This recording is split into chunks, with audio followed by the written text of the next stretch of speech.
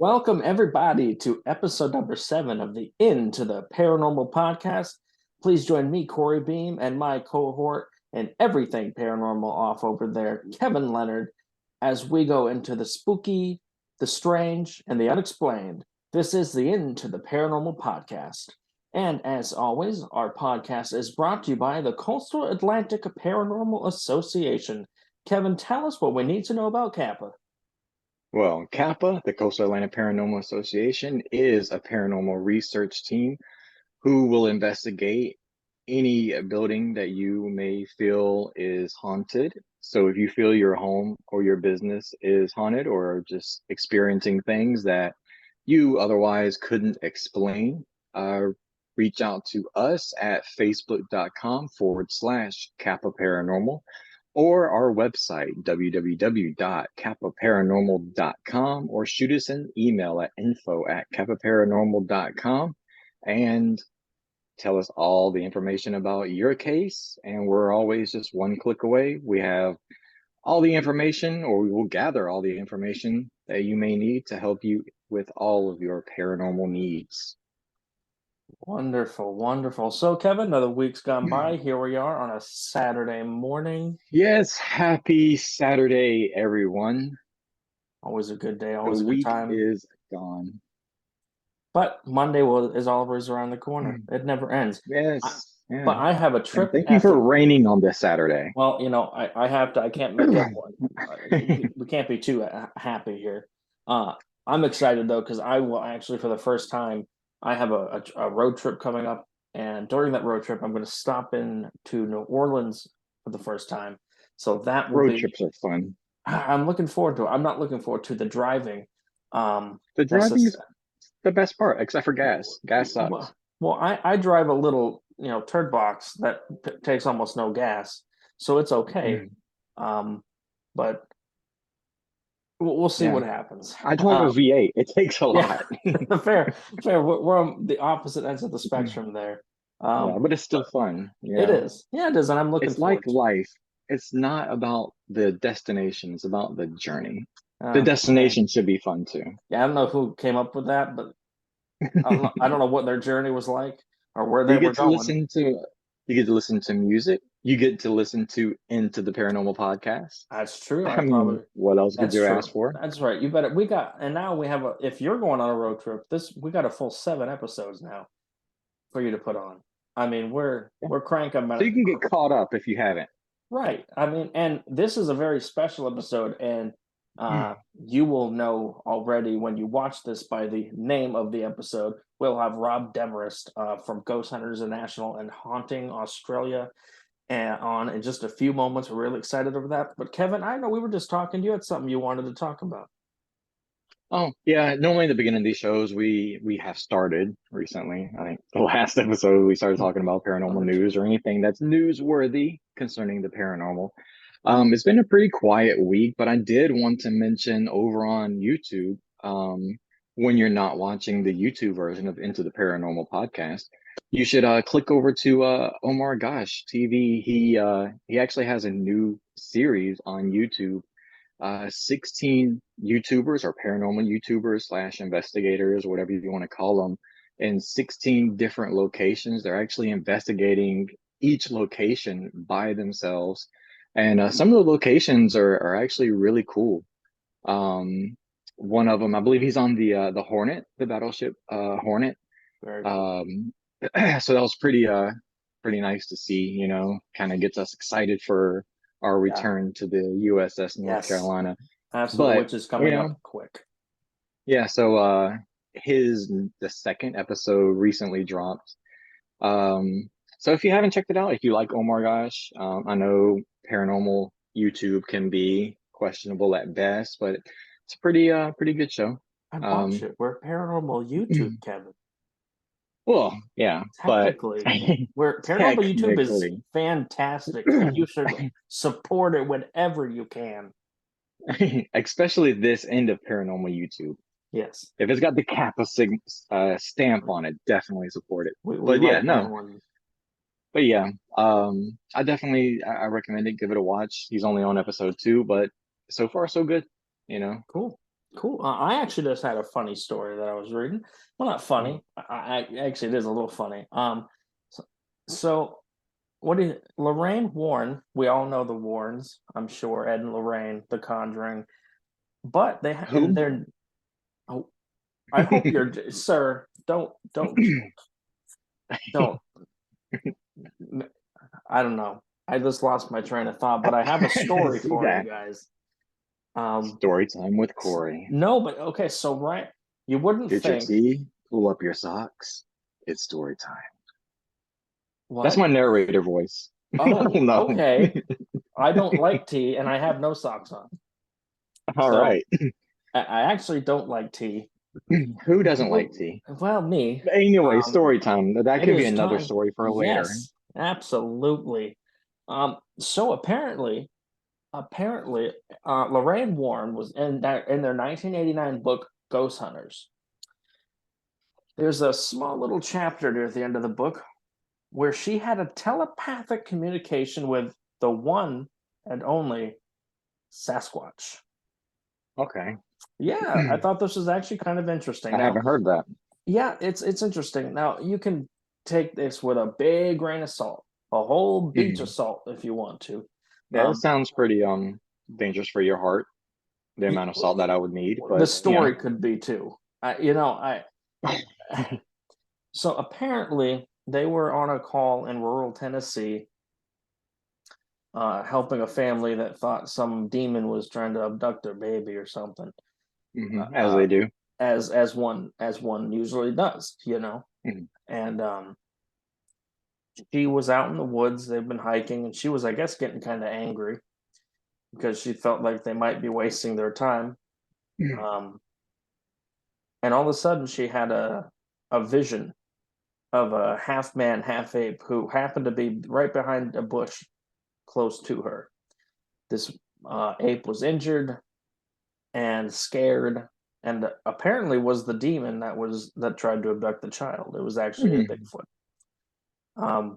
But the Bigfoot explained to her that he was only trying to make friends and that he was scared. Telepathically. Yes, telepathically. Okay, okay. But supposedly, now this is not coming from others in the group. Others in the group actually did hear something run off from that direction as well. Someone blew a bullhorn and scared it, apparently, while she was communicating with it. And apparently, they actually tracked blood from it where she saw where it was bleeding. Um, I found it interesting. It is interesting. I joke, I've but never heard of them encountering Bigfoot, but apparently, Mhm. um, the Warrens believed in things like the Loch Ness monster as well. Did you know there hasn't been a Loch Ness monster sighting since 2002?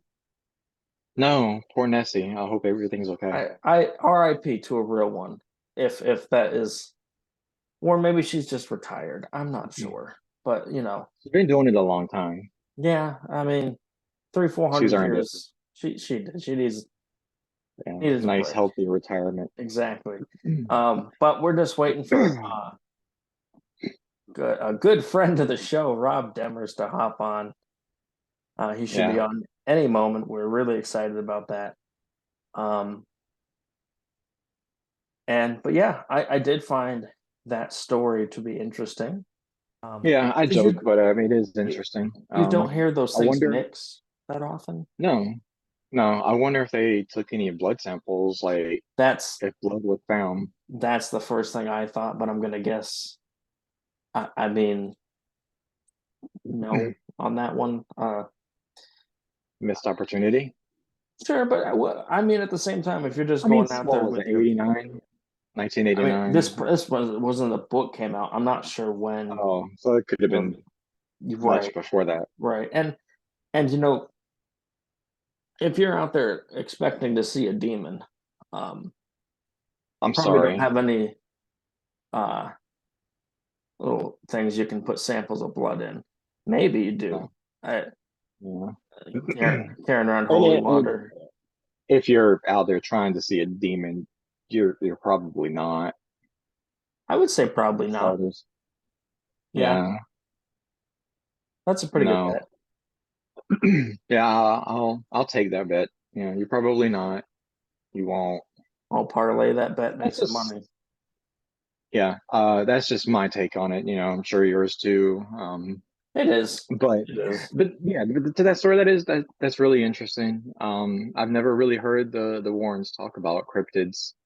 Um, They actually, I mean, I guess they also they Ed talked about his it's belief that the Bigfoot Nessie UFOs, they were all like interdimensional spiritual. I believe that too. Well, I So mean, I wouldn't say I necessarily believe that, but I can buy into that theory. yeah, I mean, it's not far fetched. A Every day lot of we your have new things Bigfoot, coming out.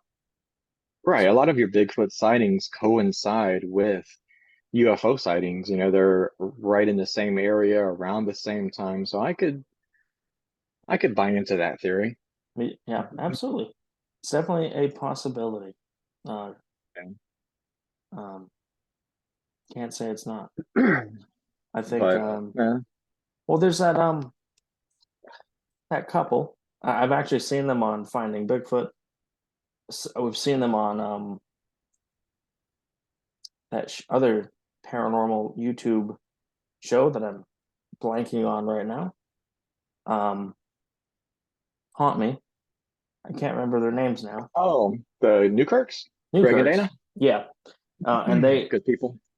it seems like it. I mean, they do a lot of research. You can once again take it with a grain of salt if you want, but Of um, course, everything. Take everything in the paranormal with a grain of salt. I say, anything that we show you, take with a grain of salt. I'm not saying yeah. but be skeptical. Be Always skeptical skeptical about it. first. We go into investigations as skeptics first, Always, always. but we don't do this to prove non-believers. But speaking of the Newkirks, they actually have a new project. I wasn't prepared to talk about it, but I did see Greg post about it on Facebook. They have a new project. They showed it in a theater, I want to say. Um, I don't know right off what it's about. I mean, not a sponsor or anything like that. I'm just giving them a little shout out that they do have something in the works and coming out. Um, I wish I could think of it. I can't think of the name of it.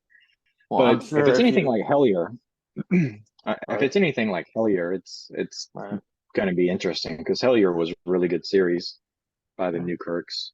They Gotta have love goblins. they bring forth some interesting theories. Um, Yeah, and you they're know, haunted objects and stuff. Yeah, the Newkirks are cool. I like them. so and they brought a lot of um supernatural stuff on the episode of Finding Bigfoot. A lot of things around like Mount Shasta, and which is if I'm ever in California, hopefully I can go to Mount Shasta because apparently I can see everything. I can see UFOs, talk to aliens, um, see a ghost, and hug a Bigfoot. So really, you get the whole Sounds gamut. like a action-packed weekend. I mean, sounds like an all-you-can-eat buffet of the paranormal. Really, Yeah. I mean, um, I mean, you could do that right closer, right in the Blue Ridge Parkway, right in the Blue Ridge Mountains, right off of North yes, Carolina, my home state. good old If North I Carolina. if I may shout out my state, If we're you don't shouting have to out go all the way to states, California. my home state's way cool. Well, I was born in Vermont. We got some real cool mountains. Um, Bigfoot's supposed to be there too. For Bigfoot's some reason, everywhere. uh, Bigfoot is everywhere and nowhere Yeah. at the same time. Apparently, Yeah, the master at hide and seek, seriously. grand champion. So far he's got the trophy. He's the winner. He's the ultimate hide and seeker. But I mean, I don't know what's if there's only like 20,000 of them in the whole area, in the whole Yeah. country. Yeah, I mean, I because a mean, lot of the forests and stuff are uncharted, especially over on the West Coast. I've never yeah, been there, but yeah. Well, you think about the Pacific Northwest, and even if yeah, you go like even out here in Florida, we have some very the remote Everglades. areas. The Everglades being one of them. That, and if you think about it, you can go out I there. believe There's what there's Ocala as well. Ocala, very very rural. The Ocala National Forest, which does have recorded sightings of Sasquatch. Um, Yeah, I think I've said many skunk ape, times, as the locals would call them. our skunk ape, swamp ape, whatever you'd like to call them. I've heard both now. Mhm. Um, just our local fuzzy man ape. Uh, Yeah, but but yeah. So yeah, we're just waiting on Rob yeah. Demarest. Rob should be in. He should be in any second now. So that's why I'm talking so much about Bigfoot. But eventually we're there we go. Speaking of, Speaking of the controversial paranormal investigator himself.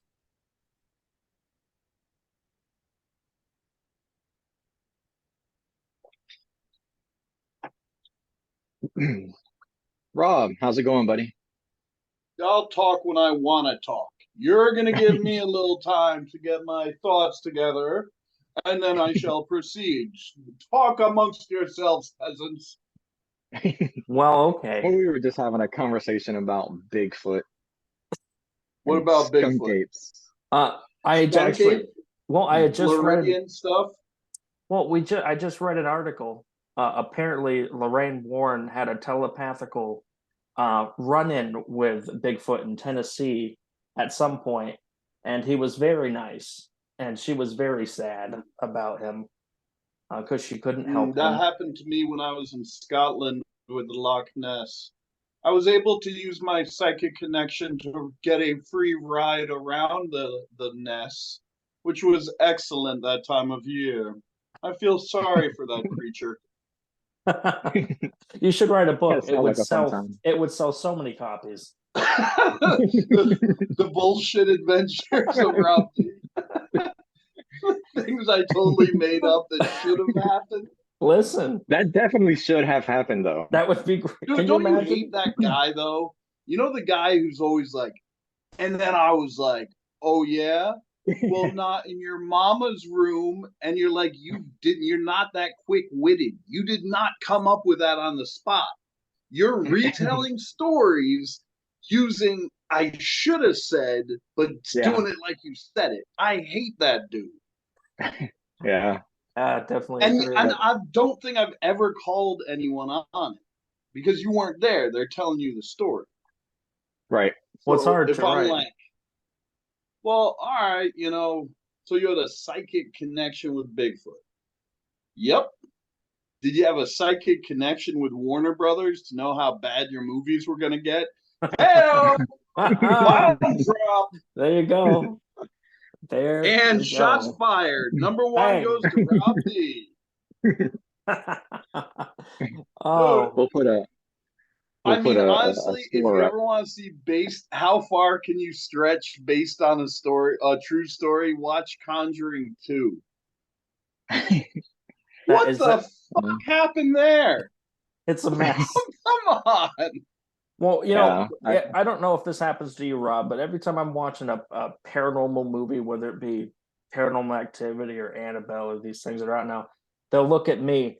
Does that really happen? I'm like, not usually. No, things don't. yeah. Oh, I get more like, Rob, you can open your eyes. The scary part's over. I'm like, you're trying to trick me. And I jump back behind the couch. I don't. People are like, oh, what's your? Actually, my missus was asking me, what's your favorite horror villains? And I was like, she's like, your top five. I was like, if I can do five, it wouldn't be top five. It would just be, can you name five? I've never been into horror movies. Really? Yeah, and it kind of kills it for you young up-and-comer and paranormal investigators, right? If you want to go out with a man or a woman of your choice and you're into the paranormal and that's how you form a bond and they say, hey, I'd love to have you over for Hellraiser 14, your response should be, what? You got 14? They're like, Blu-ray. You're in. You now have a connection. If you're like, how about a nice evening of Tommy Boy? What a delightful tale of adventure that was. Oh man, listen. So Yeah. what are we chatting about tonight? I was thinking about see how I ask a question, don't even give you time to answer it. That's how quick I am on the mic. You got that brief second when I inhale to interject something. I did a whole, like, the interview was horrible, right? What's the scariest thing ever happened to you? Oh, And man, I was like, I was all like, I said like, all right, I guess froze. I should have said something funny as hell. But no, so I wound up, I was like, this guy sucks. I'm sorry, he's trying to do his best, whatever. I'm not a beginner level interview guest, right? People learn that the hard way. And so the interview is sucking. So I was like, all right, I still got 45 minutes. I'm switching to the early rock promo mode for the rest of the interview to see how long I can go before he calls me up. So in like mid thought in my head, he's like, so what would you say is the most haunted location in the United States? I was like, well, I mean, one time the Rob was in New York, and he's just sitting there. Very nice time of year, I'm told. Getting a lot of rain. The crops, I'd imagine. Oh man, don't you hate? I mean, you must. A lot of people have to ask you the same questions over and over. Oh, yeah. About like either. You said, man. Like if you wear it, like, we take the good with the bad, right? Like if you make the choice to say, hey, I'm into like cryptids and UFOs and stuff, right? The kind of backlash you're gonna get. So some people are gonna be like, wow, you're really cool, you're zany. Other people are gonna be like, you're kind of lame, but I'm curious. Whatever. So that you're gonna get some positives, and along with that comes the negatives of the questions that are just identical. Yeah. So how many ghosts have you seen? So like, do they talk to you? Right. So like, how stupid is that fucking radio thing you guys use? Hey, are you one of those morons who thinks that, have you ever said, oh my God, the ghost is dancing? If you have ever uttered that sentence, you either have to apologize on Facebook and Twitter, X. You have to apologize and link me on all social media and say, all right, Rob wins this one. You'll rue the day, Demarest. You told us all it was just a goddamn Xbox toy, but no, we renamed it, we acted stupid, and now we feel dumb. With the whole old man shaking his fist at the sky. Oh, man, come on. I've been that for 15, 20 years. Nobody listens to it. I can sit here. I said a certain show was fake a decade ago. More than that, publicly. This other dude comes out 15 years later, Nick Groff. I'm not knocking the guy. I'm just saying that it's more the public or these particular people. Nick comes out. He doesn't say any. Now, everyone's like, yo, Nick's cool, man. I'm not saying he's not. What I'm saying is, you know what he didn't say in his big, like, shotgun blast at Ghost Adventures? You know what he didn't say? He didn't name drop, and he didn't come out and say that it was fake, so to speak. He beat around the bush. Bingo! Yeah. Mister, I will answer every one of your questions. I guarantee 50% of the questions were, did you fake stuff? What did you fake? How did you fake it? And if you watch his interview, probably for lawyers now, this isn't like the small time anymore. They're all millionaires. He didn't actually call him out, but the point being that everyone's like, Nick, that's somebody you can look up to and trust. Mother effers, when I said it, I got like mauled. I got rocks thrown in every direction. Now these same people are just figuring out, oh my God, those YouTube kids are lying to me. I think a lot of people forget that it's a business. You're not, teams and people that are like us that are not necessarily popular. Yeah, cool. We're just, friends. Well, we're people that I don't know how to put it. Well, I don't know what the hell I'm saying. I don't have 2 million people clamoring for me to come talk to their dead aunt, basically, or my opinion in the paranormal doesn't mean much because I don't have a TV show that brings Travel Channel, God knows how much money that show has made them.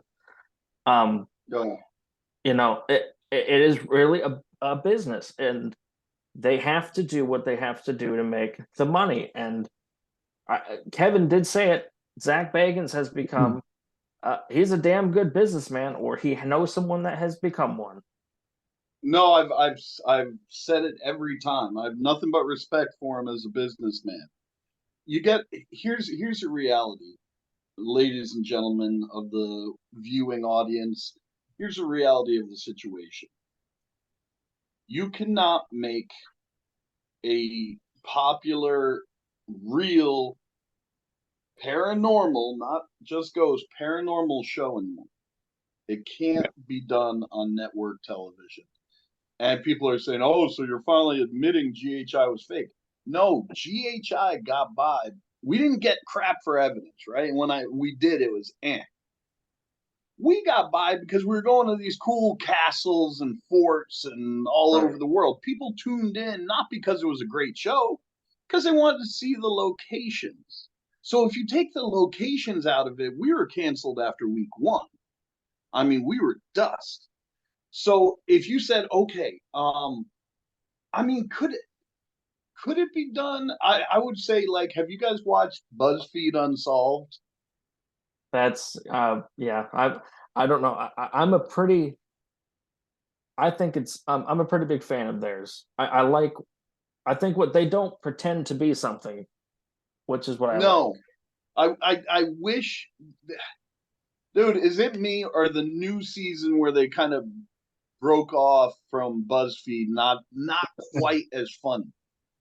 Oh, they definitely have a more serious tone. They're not but when they not try and be funny, it's like they're trying to catch that next catchphrase, like, hey demons, it's your boy. Right. It's like they're trying to get a one-liner. Right. My example is the Catch You Outside girl. She came back on Dr. whatever the fudge's name is. Dr. Phil. Came back on his show.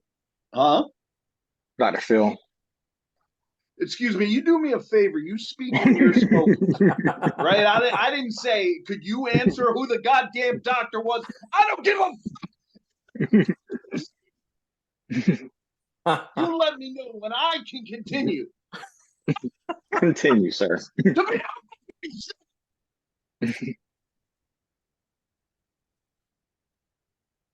Yeah, Dr. Drew.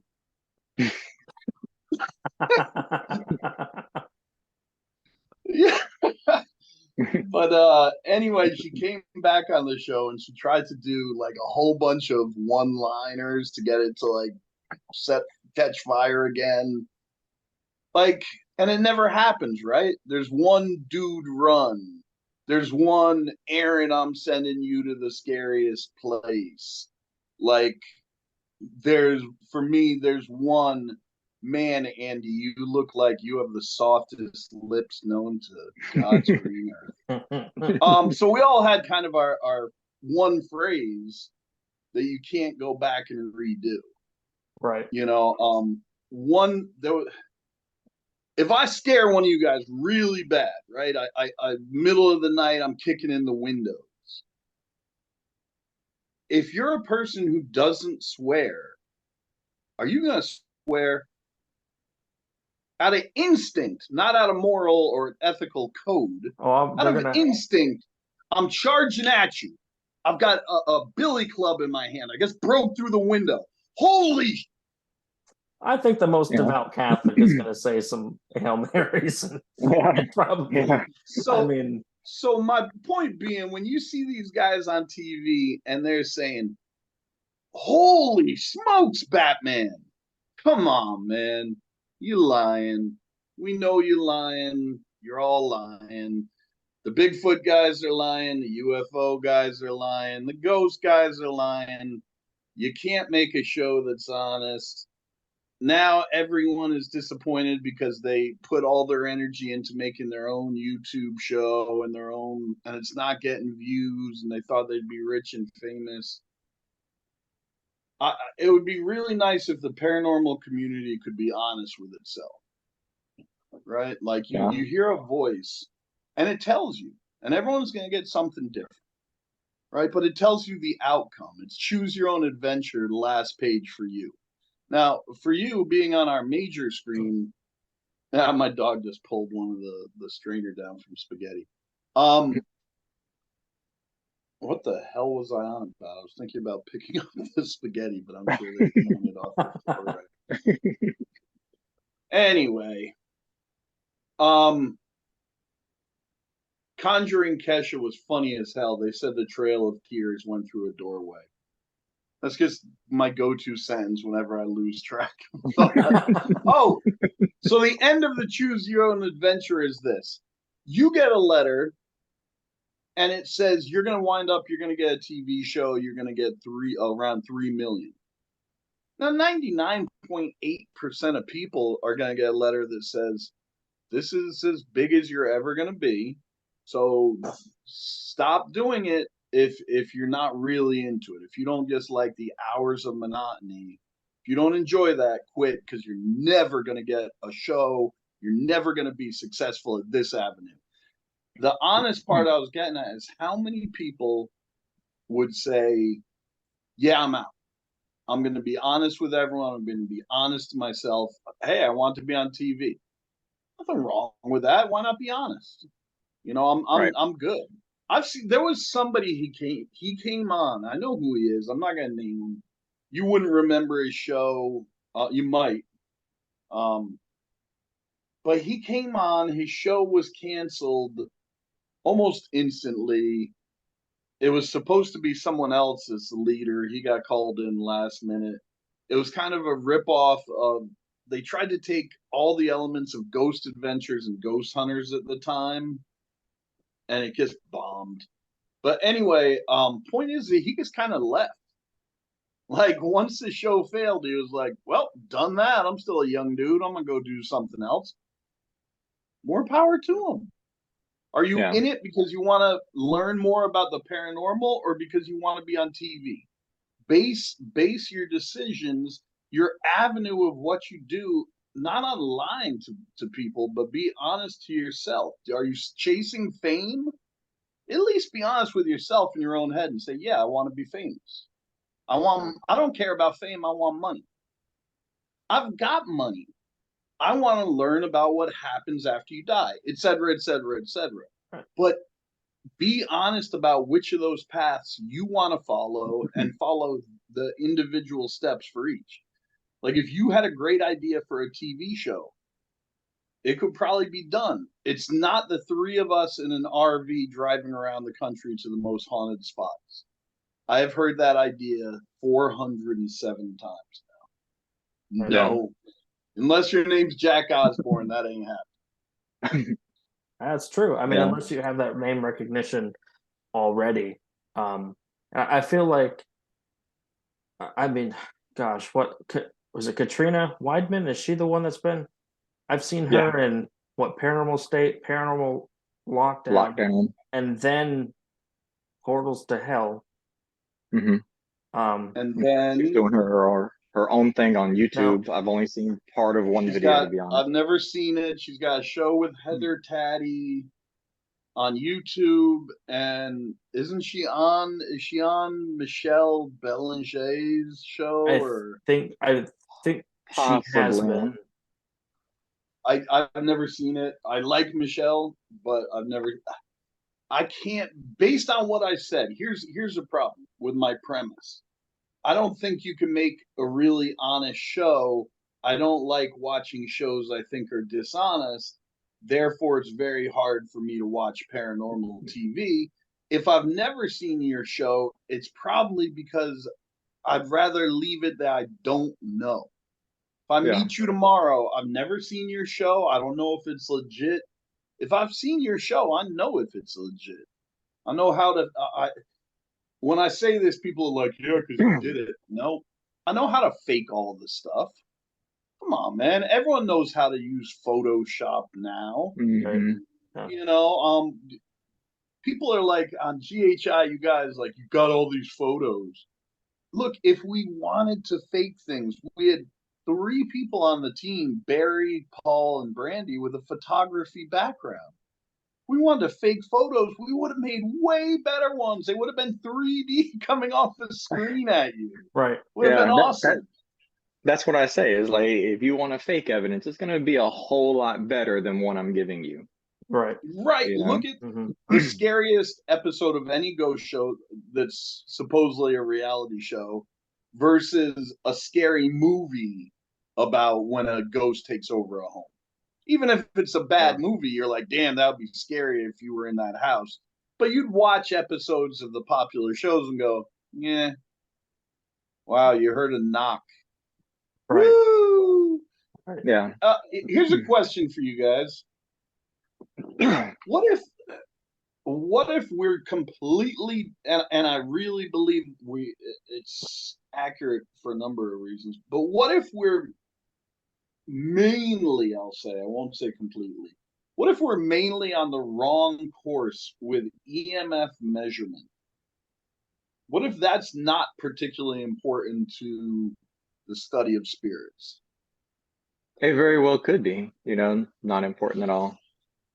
So where do we go from there? We've based so much of our equipment and what we're measuring on EMF that we don't really have another starting block to go to. That's a fair question. Yeah. No, I don't. I think EMF has a place in the field only because I think it can be used to debunk, hypersensitivity to EMF and hallucinations, and we've used that in a few cases ourselves. But yeah, I mean, there's really no real hard evidence that EMF has anything to do with the afterlife whatsoever. There is actually. I'm sorry to disagree, but there is. But it proves exactly what you're saying. If they bombard a theater, with infrasound, now it's not EMF, but EMF operates similarly on the eyeball.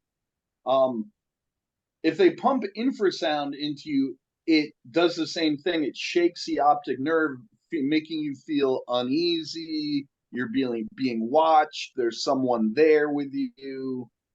So they did it, I believe, in Toronto and London. They did an experiment where they pumped the theater with infrasound for one group, and then control group, they just played the show. On the way out, they said, did you know the place is haunted? Or does it surprise you that this place is haunted? Infrasound group said, nope, no surprise. Control group said, it's haunted, huh? That's neat. But the first group that had the infrasound, it shakes the eyeball enough that there's something on the side of you.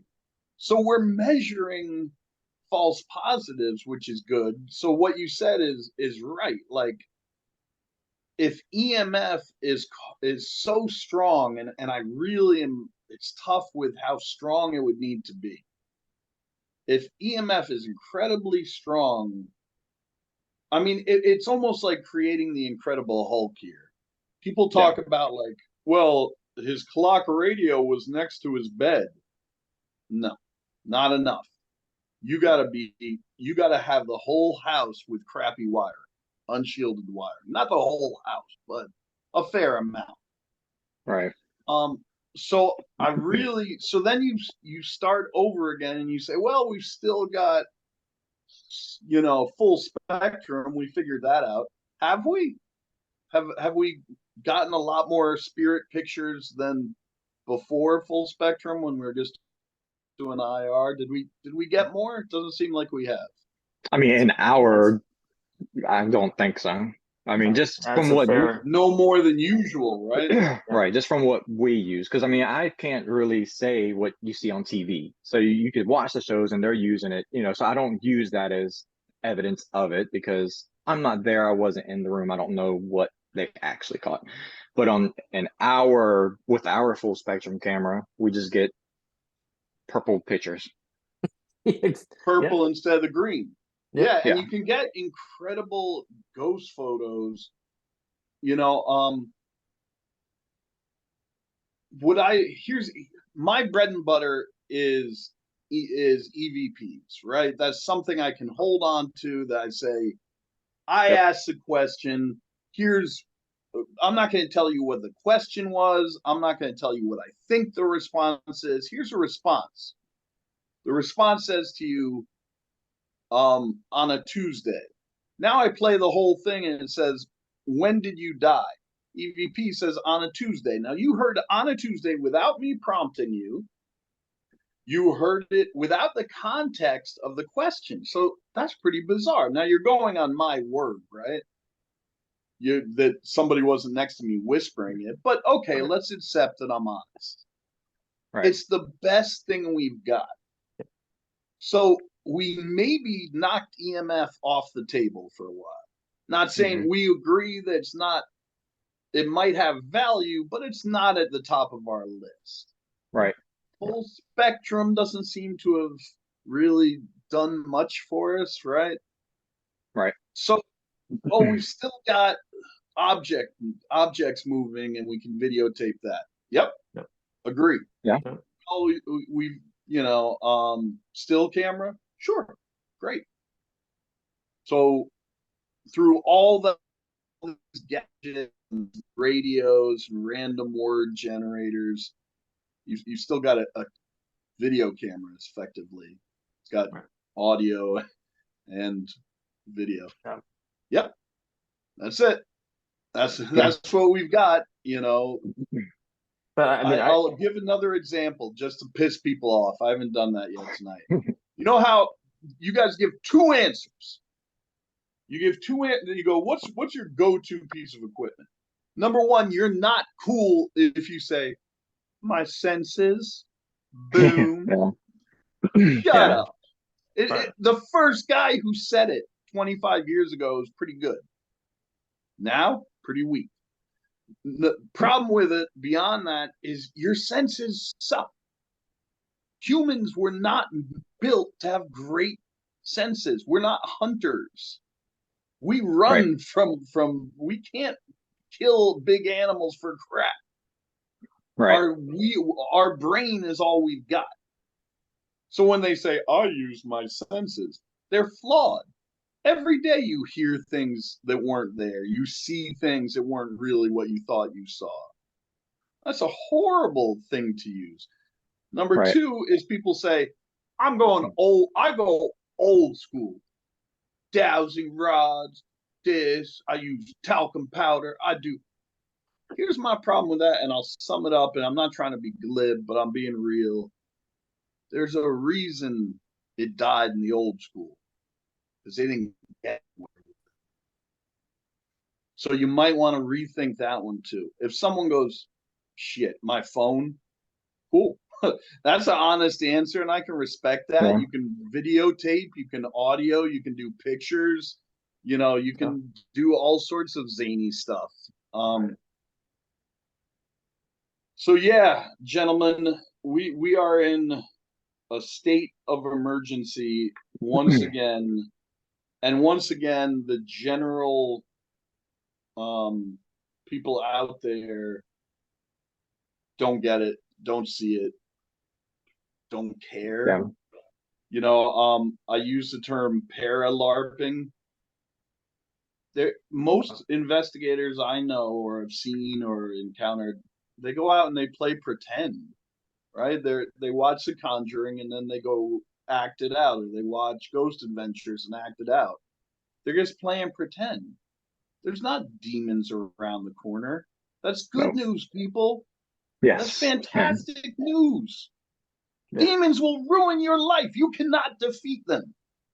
Yeah.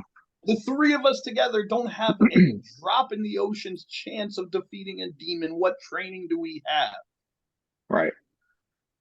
I agree 100%. So this whole new idea of, well, ghosts were scary, and then poltergeists were scary. What's scarier? Friggin' demons. Yeah. Like, are they going to be boxing Bigfoot next in a new show? Like, come on, what are you going to do to a demon? Yeah. Are you going to demand you throw holy water at it? Well, he's like, I'm not Christian. I'm not Christian, Dick. Way to be judgmental. God, I'm so triggered right now. There's no way, dude. How awesome would that be if you were like, to hell with you, effing Satan. Guys, dude, I understand you're trying to do your job, but do we need the swearing? I mean, like, and you don't need to mansplain every step of this. Like, you're totally gaslighting this girl, demon, and I know it. Oh, man. That show ends with me asking the demon to be my bae. I'm bringing back the term bae. Right up there with Dude Run is Will You Be My Bae from the forgotten episode of GHI. Well, yeah, then you like, all right, end of the show, we gotta go. Dude, run, and just run off camera. You guys, I love doing this mic drop. This is my mic drop every time. You know Brian Harnwad didn't say Dude Run. No? No, post-production. He didn't have a mic on. They were setting the cameras up. There was nothing to record in. Oh, makes sense. Love it. I just figured he just had a mic while they were doing it, you know? Yeah, I guess I never. There would be too much audio to cut through. Like, you know, like you guys said, it's a business. Time is money. We're not going to pay editors to listen to hours of audio of them setting up. Your mic's off if they're not. One, they could be listening. You always got to be cool to your audio person, because you are going to forget that mic is on. What they call in the business, and everyone's a smart mark now, hot mic. You might recall our former president had a hot mic where he said that he would grab a cat, pet it, make sure it had a home and milk. What a wonderful gentleman he is. Whoa, it's not the politics time, guys. Goddamn Biden lovers, why don't you go back to wherever he's from? I'm in South Carolina. We're really confused about why we're mad at Joe Biden. Yeah, goddamn gas prices, and he ain't even mowed my yard once. You thought the president was going to mow your yard? Yeah. Listen, Florida's even worse. We don't know what's going on anymore. Oh, I lived in Florida for like 8 years. I missed the DeSantis era, thank God. My kids are still there. You know, I just talked to my son tonight. Yeah, man. So anyway, the point of the story is that we're all kind of duped. And what are you going to do about it? Do you want to spend the rest of your days in the paranormal saying this piece of equipment you're using is junk? There's no point using this. Yeah, when it comes to equipment, I mean, I agree with you. I mean, we use a ton of different things with, you know, your spirit boxes or whatnot. I Please trust don't them. call them they're not a spirit box. Well, that's what they're marketed as or whatnot. Your radios, Right, the and that's what Frank's people box know them as. Right. Right. So when that you talks use to those, aliens. yeah, It can, when- supposedly. That's what he said it did. Supposedly. It doesn't talk to ghosts.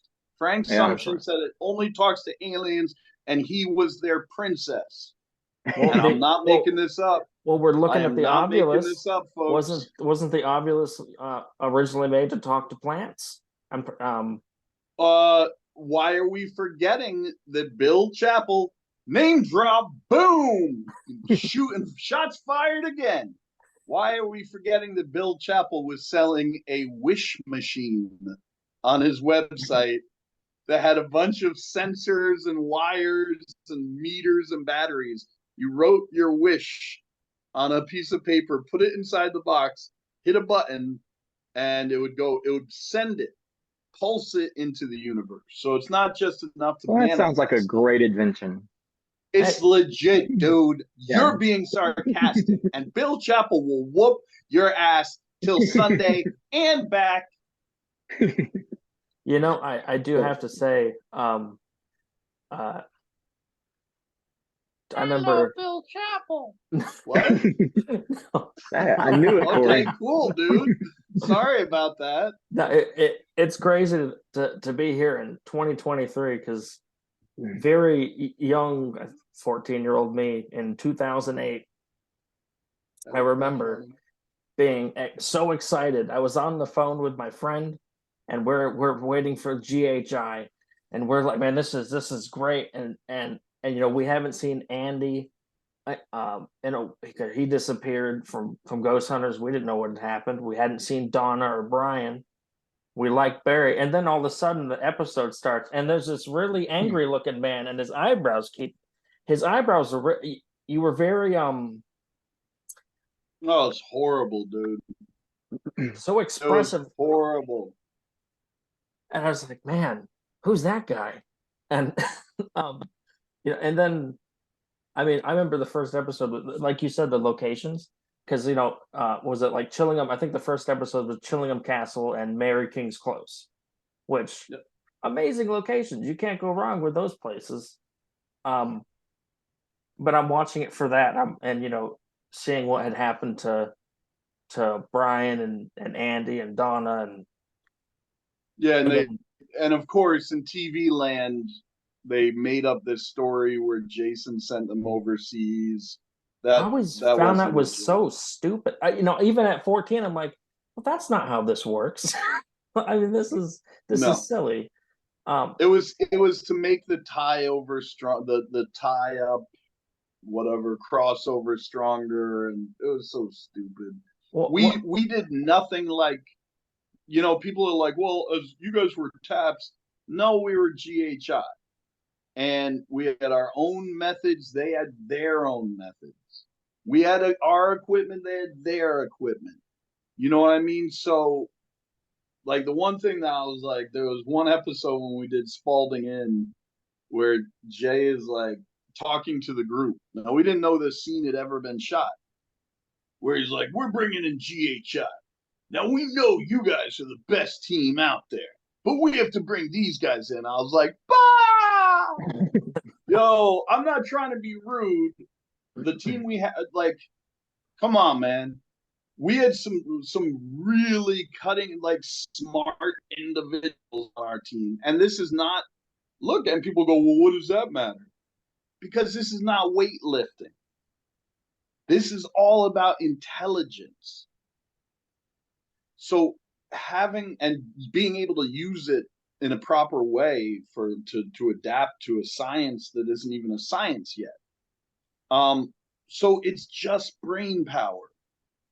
And saying that like they're the best in the world and they're out of our league. I thought it was funny. I was like, come on, man. Like, yo, I'm cool with Tango, but you ain't me, Tango. Like, and I'm not talking about Dave, but I'll say this.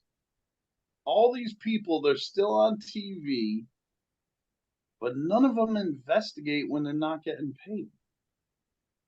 Yeah. Yeah. Hmm. They're not, I mean, Good and then point. people pay to go meet them, and I'm like, you gotta probably have 5 times as many investigations as they do. And they're teaching you how to ghost hunt? You've been doing this way longer than they have. Why? Now, if you say, I just want to meet them because they were on TV, cool, I get it. And that's That's fine. awesome. Yeah. Yeah, have fun, man. Go get a picture with them, get an autograph. That's great. If you think they're gonna teach you how to be a better ghost hunter, maybe. If I mean, I don't know how to be a ghost hunter like Zach Baggins. I don't know how to do it. I don't think there is a ghost hunter like Zach Baggins because I don't think he's a ghost hunter anymore. And I'm not knocking the dude. He was, let's be real, he was never that into it. He was a businessman. He was an entertainer. He got rich. He was wildly successful. Good for him. Like, it cost us, but we're a very small minority in all this. Nobody cares what we think. That's the sad truth. And I had a network development guy actually tell me that. He said that 2.5% based on their research. This is the biggest network as far as paranormal, not sci-fi. 2.5% of viewers have been on a real non-paid investigation. 2.5%. One. This is what he told me. Head of what gets on TV. Do you think we care what a bunch of ghost hunters think? Gosh, isn't that depressing? And I'm sitting there like, I can't believe you just said that. Like, said it outright. I shot a pilot that I got brought in for years ago, and for the network specifically. And we sat down with an even higher head of this network, and he outright said that not only do they not have an issue with things being falsified, wink, wink, but they encourage it if it'll make a better episode. That was ahead of the decision making in networks. So if that doesn't make you go, what are they looking for? Everyone's like, I've been ghost hunting 27 years. Never asked me to be on one of them goddamn TV shows. They don't care how long you've done it. They don't care like anything besides, can you do what everyone else does? Sure. Mm-hmm. If I asked you guys, how long would it take you? John's coming over to your place today. How long would it take to teach John? He's never watched one of the shows. He's never seen the equipment. Smart young guy. You have to teach him. He's going to be on a TV show where he's a ghost hunter. It's a reality show. How long would it take you guys to get him up to speed, to be able to seem somewhat competent? I mean, not long at all, really. How long? If you give this man an hour or two, yeah, maybe not even that. I think you can make him look confident enough for TV. For TV, how long would it take? How long? I'd say he said about an hour or two. Hour or two. Now, that was for competency. Forget history, right? Because that would take some time. Right. That's just time consuming. Let's talk modern, because they don't need that to be on TV. They have to have they got to know some terms. EVP stands for PVE. What?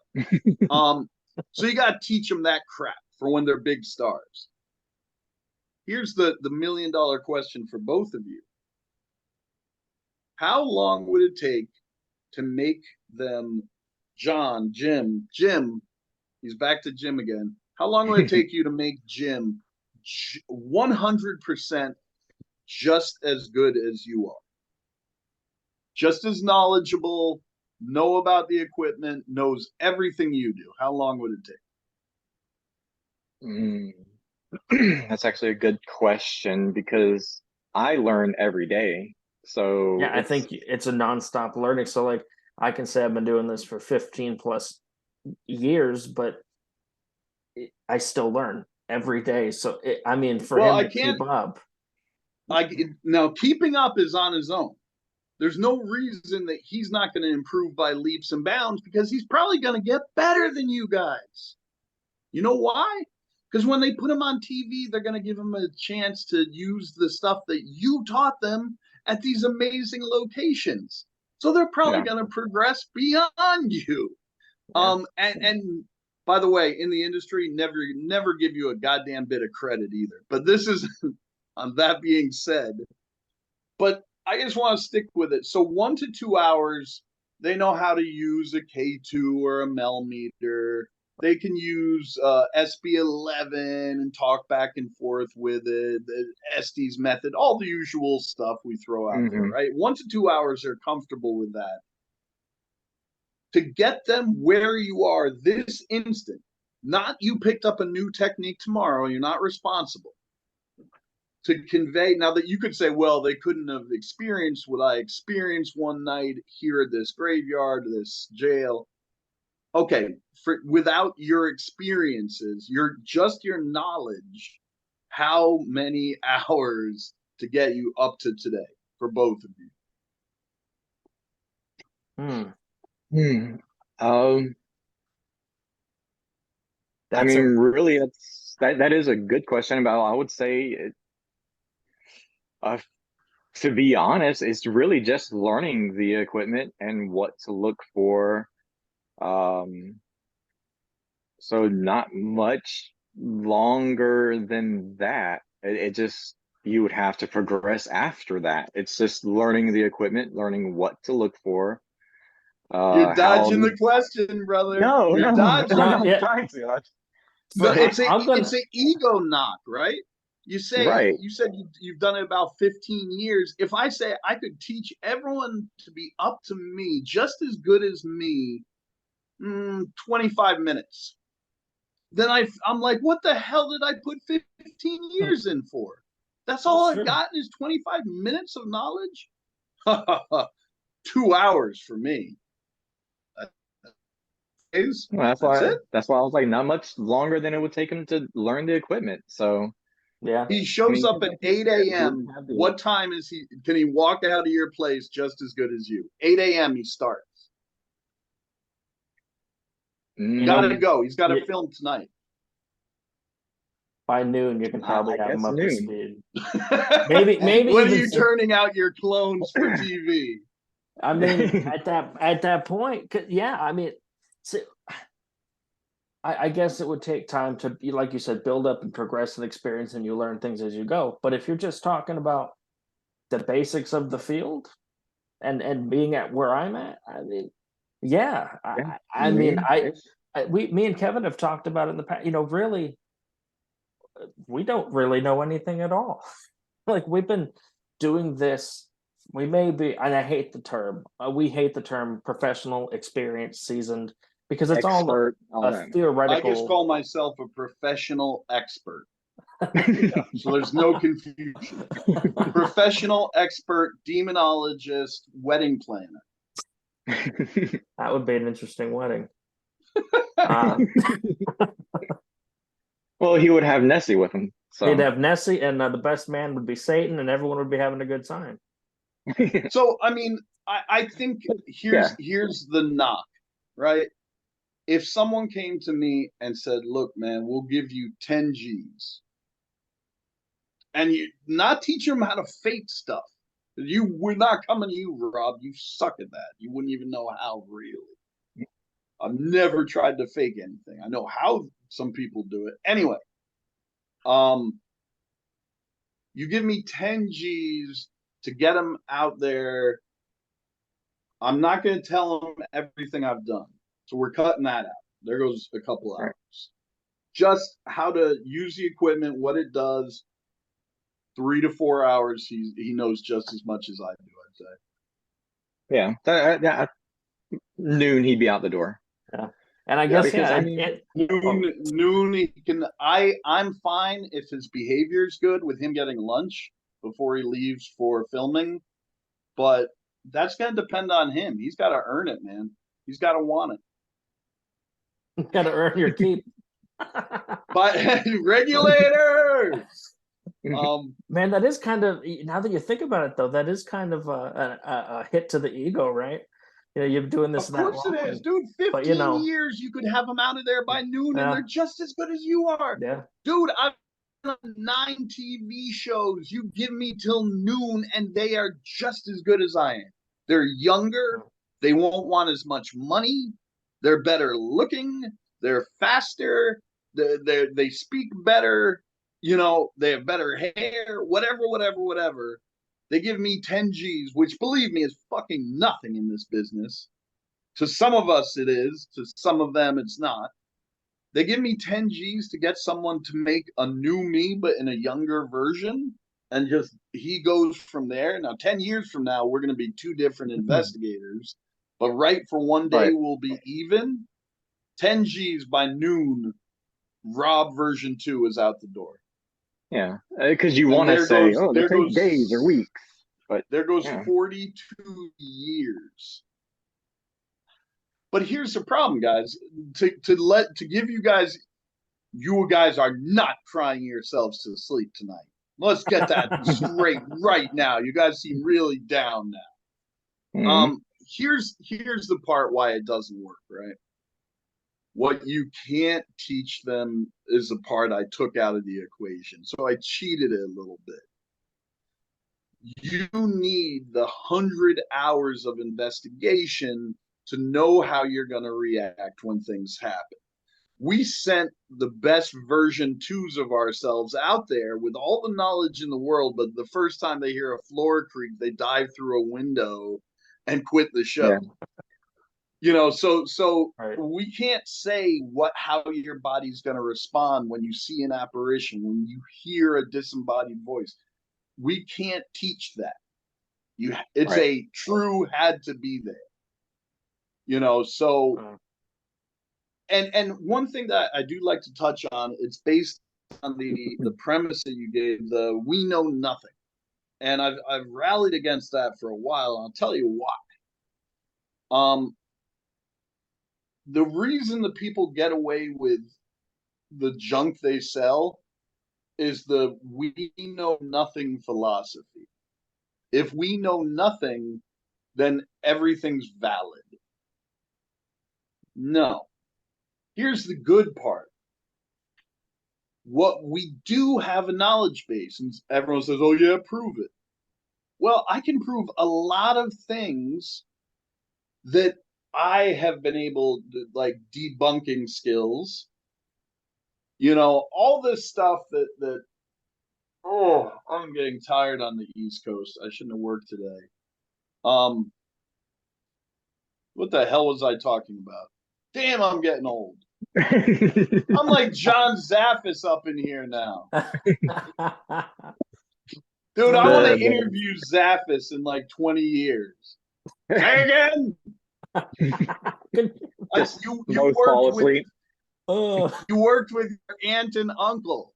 I saw Anne at the picnic one year. I said, get away from my apple pie. That's great, John. Oh man, that's fantastic. I'm gonna let you get back to it. Fucking go. John Zaffis, ladies and gentlemen. And I shouldn't mess with John because he's a really cool guy. He can be crotchety, but he's really smart. He's a nice guy. I've got a kitten trying to like attack me. We see. What have I done? You know, it was a tough decision, but in our lifetime, I don't think, and I spent a long time working off the premise, if we could just, and it still is true, if we could just figure out what to measure. People see these damn ghosts all the time. They have to change the atmosphere somehow. Right. What are we not measuring? It's not EMF, man. We're not getting anywhere.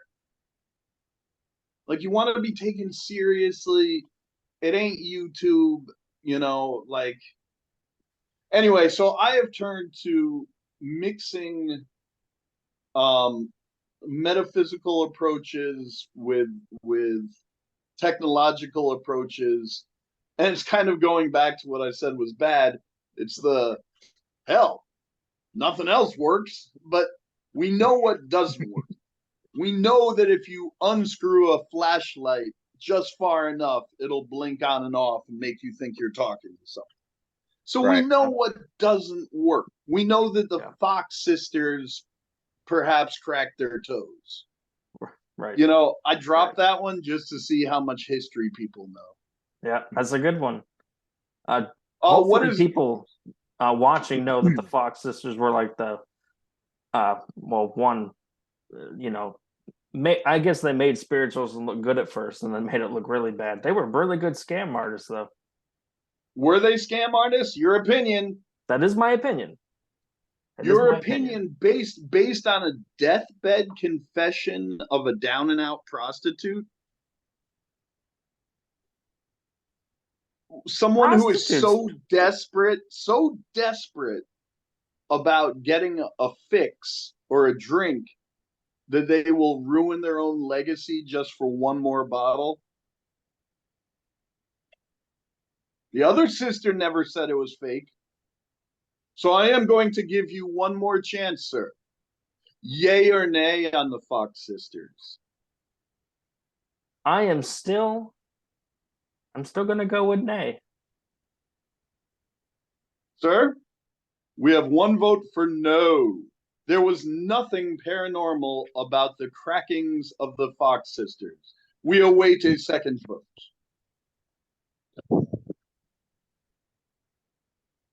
That's you, Kevin. Whenever you're ready.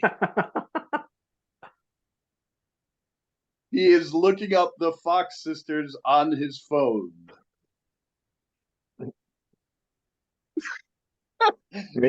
Somebody do you think the him Fox sisters were legit?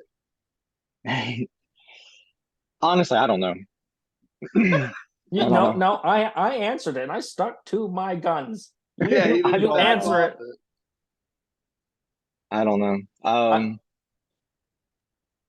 gonna go with the opposite of what you said. So I'll say yes. So I'll say yes. It was legit. They just went down and out and lied about it just for like a couple more bucks. She was a prostitute. She was like ruined. Her life was over. So she says, yeah, we faked everything. Give me $5.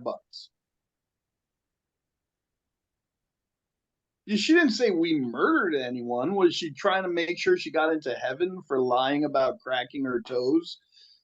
Let's take that a step further, gentlemen.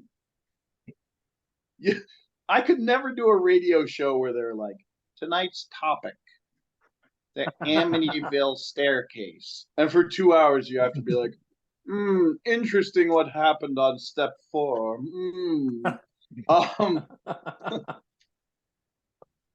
I guess, if I'm going to talk about the paranormal, it's got to be kind of free flow. I've talked about it so much. I'm worried that we're not getting anywhere, and that's okay. That was the challenge for you guys now. I want to invite you guys to a seance. Okay. You both would agree? Are you guys good for right now? Sure. Okay. Absolutely. We're looking for sounds within the room. They usually come in sharp cracks within the air. We get 1 for yes and 2 for no. If one at a time we could ask a question.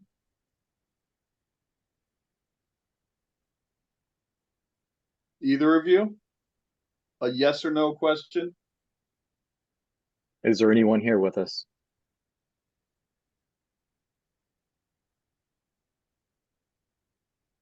Did you get that?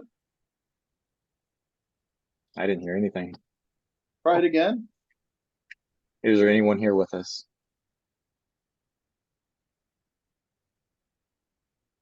It's responding like immediately. Do you want us to talk to you?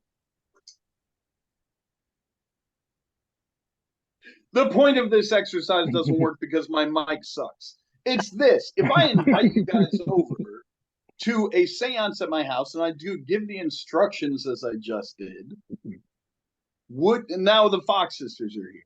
Now they're going to do a little stage show, whether they're legit or not, right? They're going to put a little dressing on. Sure, we'll give them that. So they have big gowns and maybe some dry ice and okay, skip all that. But they come out and it's all fancy, and they sit down at the table with you, and you say, "Is there anyone here with us?" And you hear a crack. Do you want to talk to us? Crack. Do you know me? Crack, crack. You get the idea. Do you think you guys would be able to say, when you walked out, would you say to each other, "That was complete bullshit. It was coming. You could tell it was her." Or would you say, would you, the basic gist is this. If you went to one of their seances, would you be able to tell they were fake or legit? I don't think you'd be able to tell on the spot. No, I don't think so. no. Especially back at the time. Yeah, I was going to say, are we back in their time? Because in their time, the spiritualist movement was so big and growing. I think a lot of people would question it. It'd be hard. Now in today's world, I'd be like, that's bullshit. But yeah, well, there was, depends on the crowd as well. Houdini comes in and it kind of swings, the pendulum swings the other way. Right. And a lot of the faking mediums and seance holders are driven out of town. So, my own take on the Fox sisters is damned if I know. That's a fair take. I mean, which goes back to my answer. Do I believe people have psychic ability? Yes. Mm-hmm. I think some people, I'd say psychic ability is akin to playing basketball. Almost all of us can barely bounce the damn thing with our right hand. Right. It gets away from us once in a while. And then Michael Jordan comes flying by and dunks from 10 feet out. And makes it look like it's just nothing. Like, why shouldn't he do that? Why shouldn't I be doing that? Right? Right. So, and then the problem is we see, if you're behind the scenes, right? We have so many people that we see, being lifted up to the hoop and dropping the ball in. When you look behind and you see some of the famous psychics that have been busted, you say, oh, a lot of these guys were full of it, but that doesn't, a Robb D quote is, just because you can fake something does not mean it was faked. Yeah. Right. And so I think that's true of psychics as well. There have been a number of really bad ones, but I still believe there's something to it. Yeah, I think there's enough. I think there's evidence out there that says that some kind of ability exists. I don't necessarily know how that ability works. I don't know if it's on a spiritual level or if it can be, right, could be replicated, right? But hit the right neurons and synapses. Exactly. But that comes up to the basketball acronym, right? If you sit there and you continuously practice at bouncing that ball, can you get better? Can you hone in on that skill? That's a really good question. Because it's like, can you, or is it innate? Because a lot of people selling books and holding lectures would say, no, you can grow it and I'll teach you how. Right. And they make money off it. Right. So, but maybe that's legit. Maybe you can teach someone to be more psychic. Right. Right. Because isn't that like to call in? Nope. It was Bigfoot. Right, because that's a pretty good selling point for psychics too. They, I'll teach you how to open up that psychic ability that everyone has. or whatnot. I think we probably do, but because we don't believe we do, we don't. You know, Right. any of the three of us could be the world's greatest blank player in the world, and we're probably never going to know it. Right. If we had just tried bocce once, we would have discovered we were the best bocce player of all time. Right. It's probably never going to happen, right? What are the chances that Michael Jordan goes into basketball from baseball, that Tiger Woods gets taught how to play golf, you know, Mike Tyson becomes the greatest boxer of all time, Right. McGregor, on and on and on. You know, so anyway, bringing it back around, I believe that the psychic thing is real, whether it can be taught or whether you're.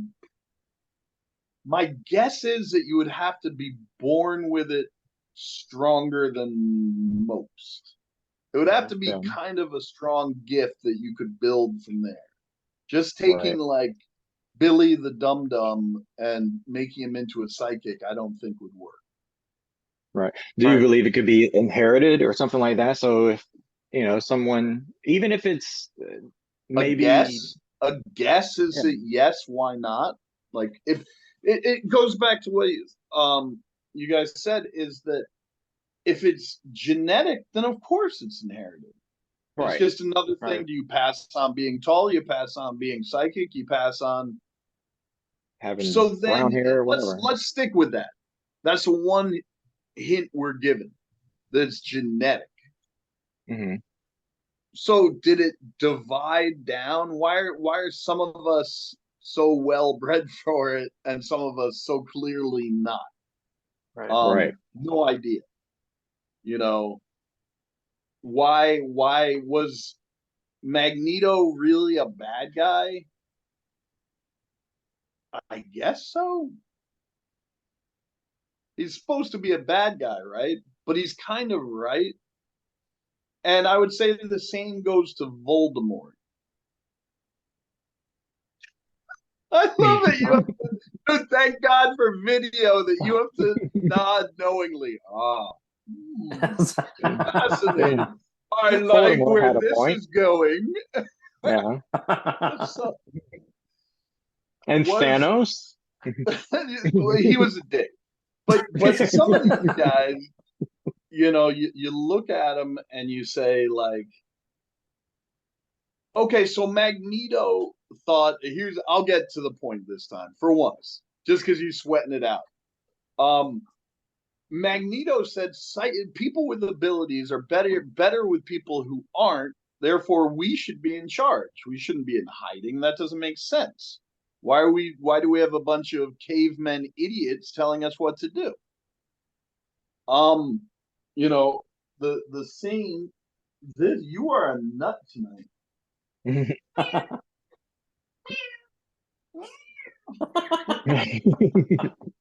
This is Yeti. What a sweet kitty. Yep, I've got Yeti and Champy and Nessie. Tell me when you get the theme.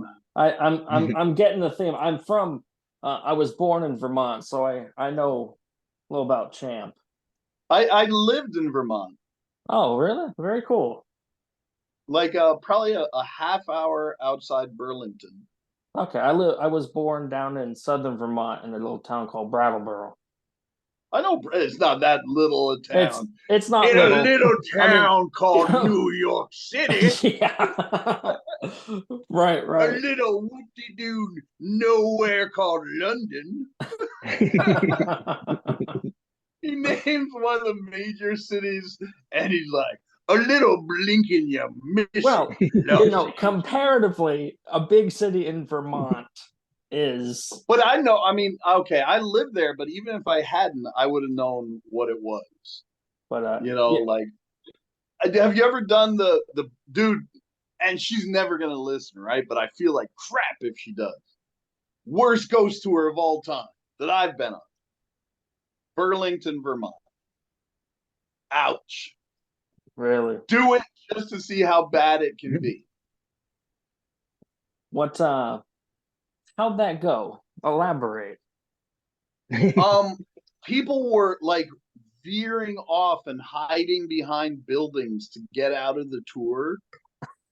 And the whole tour, the whole walking tour was a sales pitch for her little pamphlet book that talked about the same cases that she had just told us about.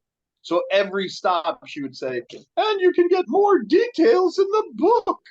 I'm a witch. You know, now we're going to get some real hateration. Just when I had made one fan. You know what my issue with Wiccanism is? I would What's love that? to know. No, I have issues, but I have issues with everything. I'm old. I deserve to be crotchety. My issue is if you're a practicing witch, God bless or bless, you know, the universe bless you. But goddamn, you don't have to talk about it and announce it every moment you get. It's the same with being a vegan. Yes. I'm very proud of you, but you don't have to tell me all day. Right. Oh, I remember when I used to eat that kind of. I don't care. I don't care if you're Wiccan. I don't care if you're Jewish. I don't care if you just eat. You're on the paleo diet. I don't care. Stop being so proud of yourself. Keep it a secret. You are a better person because you are a vegan or a Wiccan or whatever. Don't tell me about it. I don't know. I feel like you don't. I feel like I get that way about the paranormal though. They'll be all my friends having a normal conversation, and I'll just kind of pop in to go, "Hey, I like ghosts," and you know, I like turtles. me and Kevin, we were had a day in St. Augustine with the rest of our group. Did you say dance or day? A day. We did not do a dance. That'd be cool, like a flash mob. But we ended up doing. We got into the Castillo de San Marcos, the old fort, and they have that room there. That's was an old, I guess, where they had our ammunition and they had people chained up there at one point. So, and it's away from other people, so we're the only people in there. And of course, they don't like you ghost hunting there unless you can pay them lots of money. So I happen to have a little recorder in my pocket. We're in this. I got it out, and I was just like, "Are there any spirits in here?" In the middle. I've done that, dude. I've done that in Mark Twain's house. I did that at the fort off Charleston, South Carolina. I've done that so many times when they're like, now there's a backstory as to why they don't like ghost hunting there. Yeah, I had some really good times, fun at St. Augustine. Lighthouse, not a great place to do an event. It used to be like the go-to cool spot. I it was an off night. That's the other problem we have is everyone says, well, if you can find a ghost, no.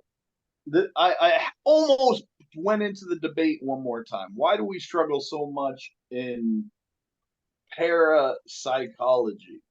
Well, let's look at that for a second. It's psychology. So what these people who are saying that we're all pseudoscience, what they want is every time A equals B. Mm-hmm. Well, do you know how many bazillions of splashes go off in every direction for psychology? So I poke you with a stick and you say, ouch, you're a dick. I do that on Monday. Tuesday, I come back and I poke you with the stick and you laugh.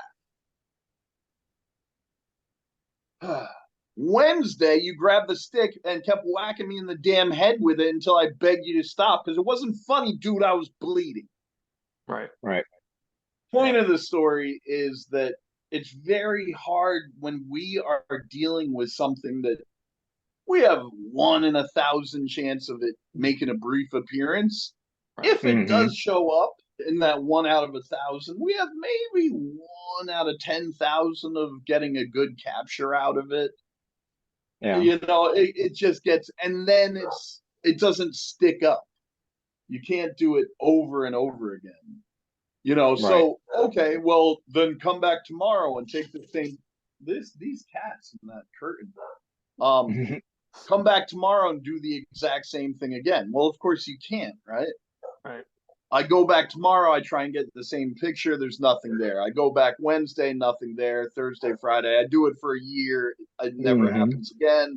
They say the first one was fake. No, the first one was real, but it differs all the time. It's a very difficult thing to measure. We haven't figured it out yet. We need to admit that. Yeah. We need to admit that we haven't figured it out yet, so we can get more people trying more things. We may not even be able to measure what spirits are made out of. If we had $100,000 to buy equipment, we might not be able to measure it. It's not like we have one in a bottle we can just poke at, you know? Right. We want a box that you put in a room, and we come back and we look at it, and it's the Ghost-O-Matic 4000, and it says there was 3 ghosts in here, and they left you 2 voice messages. Yeah. And that's it. And that's how you talk to your ghosts and communicate. That's what mainstream science wants. But hell, that's what we want too. But we need something to grip on. And I feel like EMF is a red herring. That we're wasting time going, my K2 went all the way to red. That means that the ghost is angry. When it's green, it means the ghost is envious. The crazy thing I noticed, and just this brought you up the K2. The first time I ever saw the K2 used, and I'm going to name the show, I don't care. It was an episode of Ghost Hunters. It was the Manson murder. Chris Fleming, that episode. And bullshit ass David O'Man house. And so it took me a few years to actually use a K2 myself, but I realized it, and when I first used one for the first time, I realized that if you moved your hand slightly, because back then you couldn't just turn it on, you had to hold down that button. If you move slightly, stick a quarter in it. Well, back then they didn't do that on that episode, and we didn't. So the green light would shut off and it would flash twice. So I went back to that episode and I had to look. I'm like, I wonder if I can see the green light turn off, and then I'll know it's just the K2 resetting every time they're asking a question. And that's exactly what happened.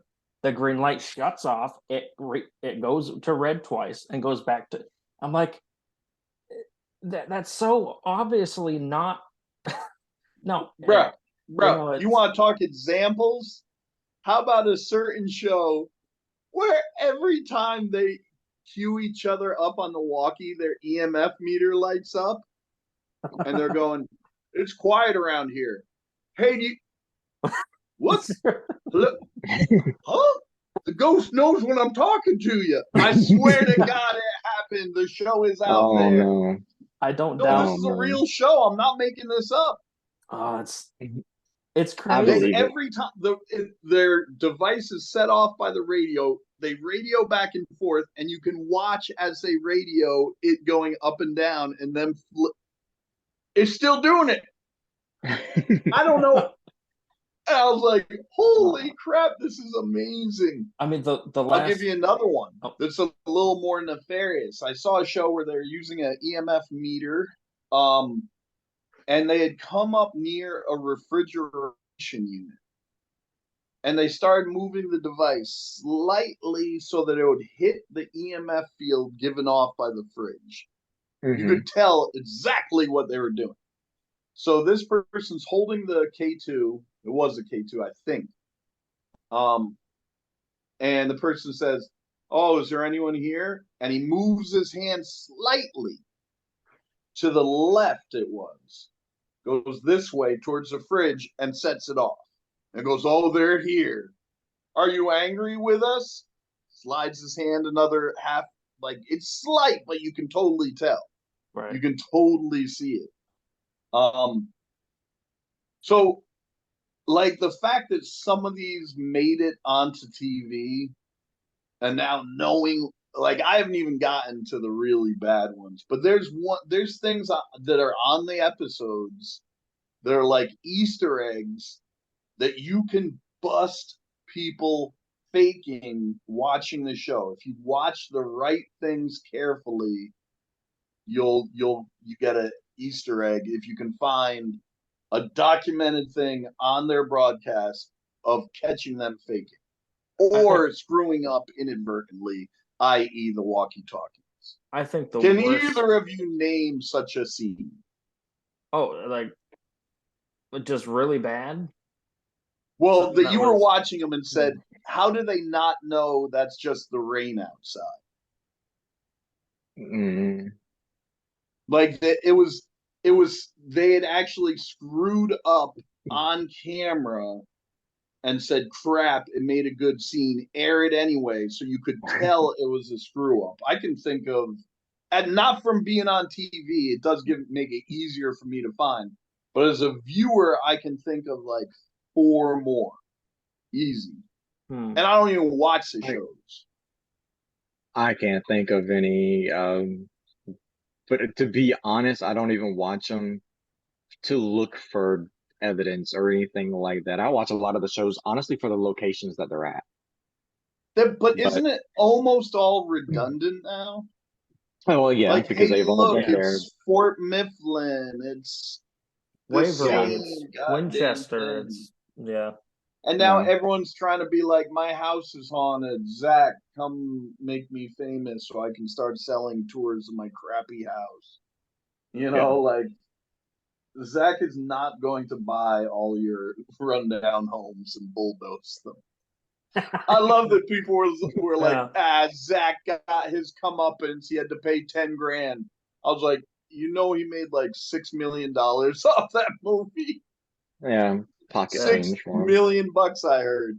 10 grand they fined him for knocking it down. I think the craziest thing that I've ever seen, and this time I won't. You'll know what I'm talking about.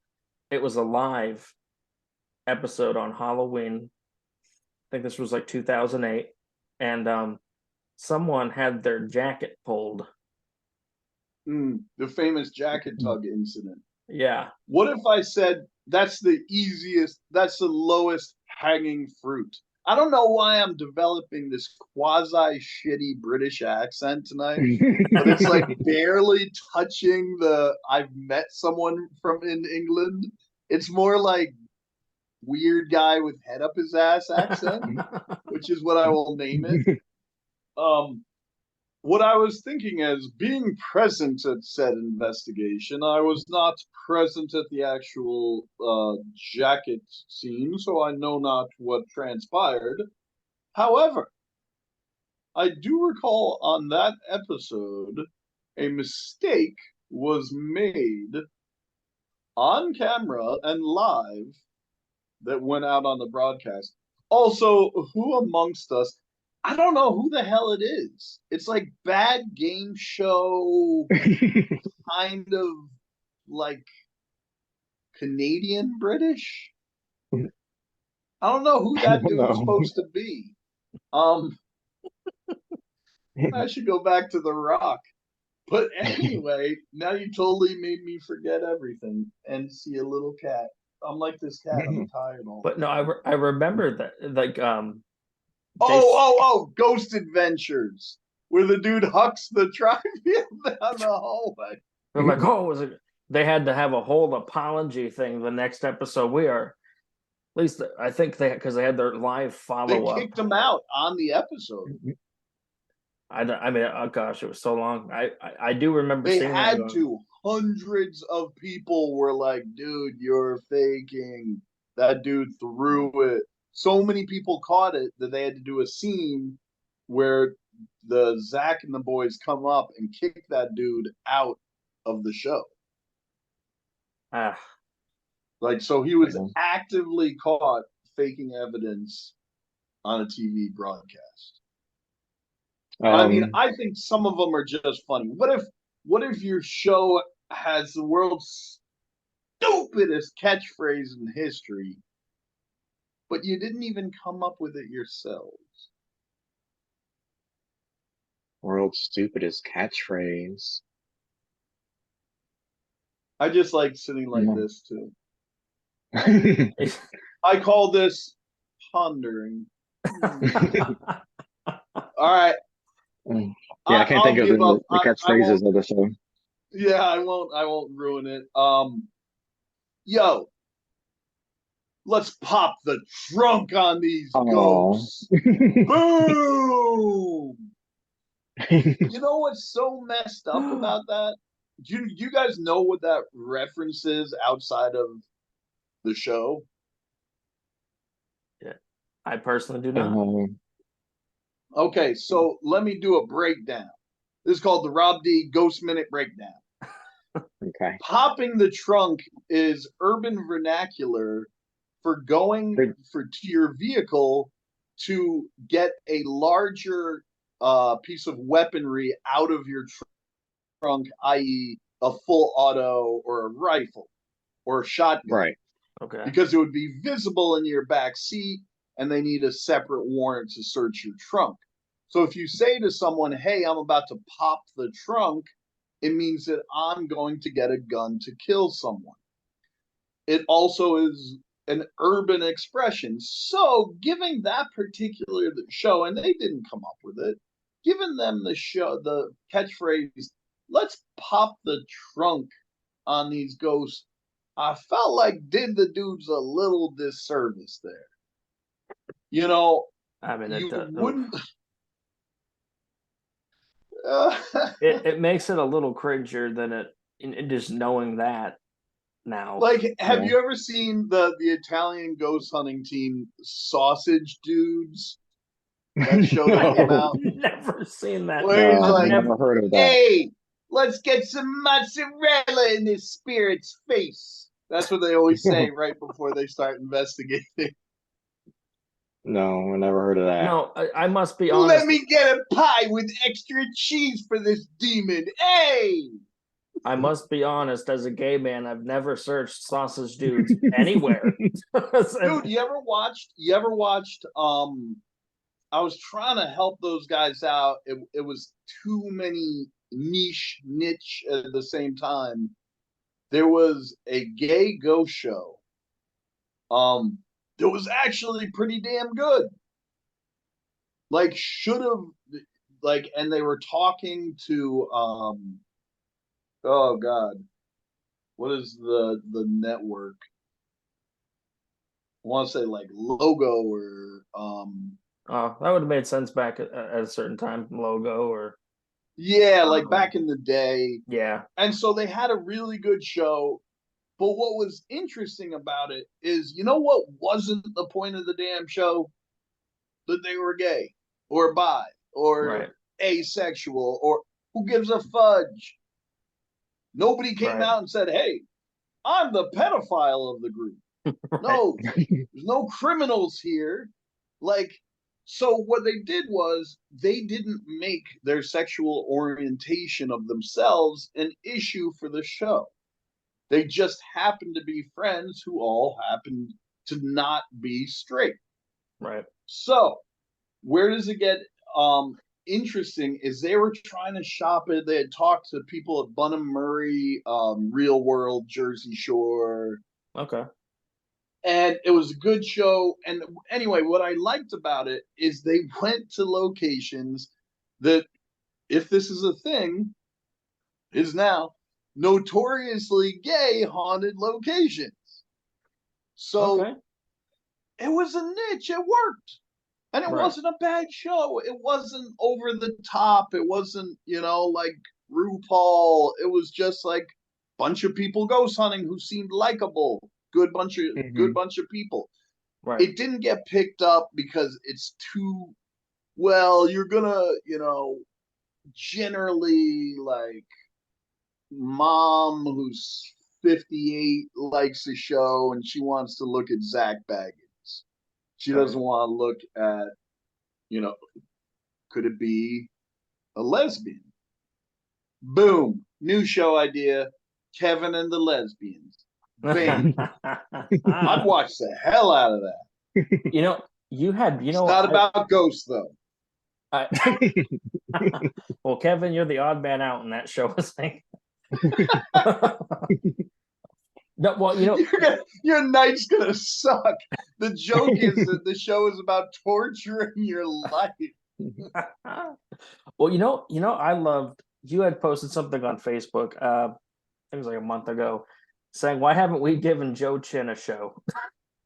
I agreed. I'd watch Joe Look at Chin he's on a show. awesome. I'd watch it. Who wouldn't watch Joe Chin? What respectable person who likes paranormal television wouldn't watch Joe Chin on a TV show? I'd You watch want to it. know the trick that y'all do not know about Joe Chin that fucking killed me? I wouldn't say we're good friends. He never had. I would say the offer of friendship was really kind of one way. He was like, to me, from him to me, was like he looked at me as like a coworker. You know what I mean? Like, which is fine. Not everyone's going to be your best friend. I adore the dude. You know, what I think is ironic is why did you bring up those topics back to back? It seemed like there was no segue there, or did I miss one? I don't know. I don't segue. Sometimes I just fly around. Okay, because we randomly. were talking about shows that featured. Anyway, I'll leave that one for another day. But what? So I thought that show was great. Now, if they'd hit the right time, you know, logo, boom, there was an opening. It would have found a place. You know, maybe a little. They were very serious, so maybe interject a little more humor. But you can do that. It never really caught on. I lost touch with them. And now, what's her name from uh the vampire versus werewolf thing, Twilight? Oh, Um, is it I Chris? can She's picture him making- about my name. Yeah, what happened to that show from 2 years ago? They were casting. I forgot about that. That was a thing. That was a big thing. She made like a lot of press about that. That's right. I forgot about that. And it was like, you know, so that was going to be the show. Whereas the other show was like, yeah, we're going to prove the point, which I think was really, for me, it worked, that we might have a unique hobby, but we ordinary people, we cool, you know, like it was talking to middle America. I'd be the kind of dude you'd love to go out and have a beer with and, you know, talk ghosts. And it was a nice way to open it up to middle America. Whereas the one from Twilight is like, oh, we're going to showcase that I'm the bi one. Come on, man. That can't be it. You got to do something interesting with it. You can't make that the whole show. Says the guy who never thought Ghost Brothers would get 3 seasons, but what do I know?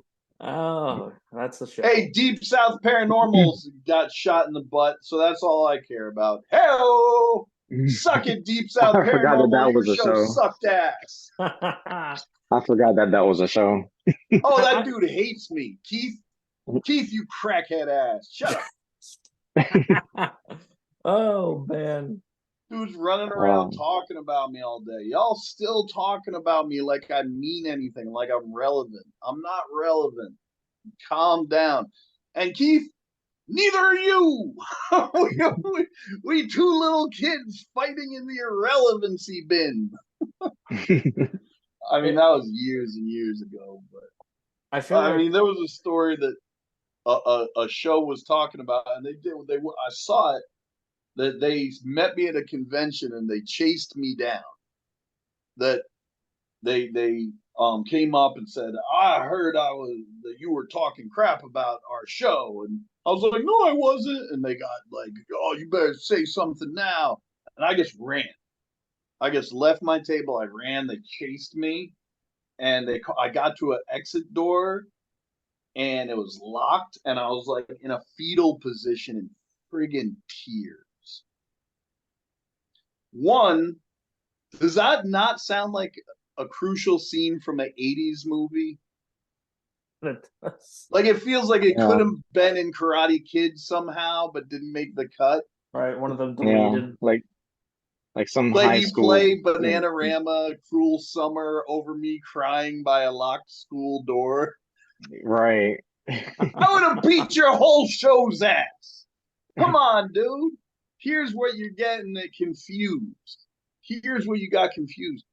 You never went, no one from your show had ever been to a convention with me in your lives. Numero dos.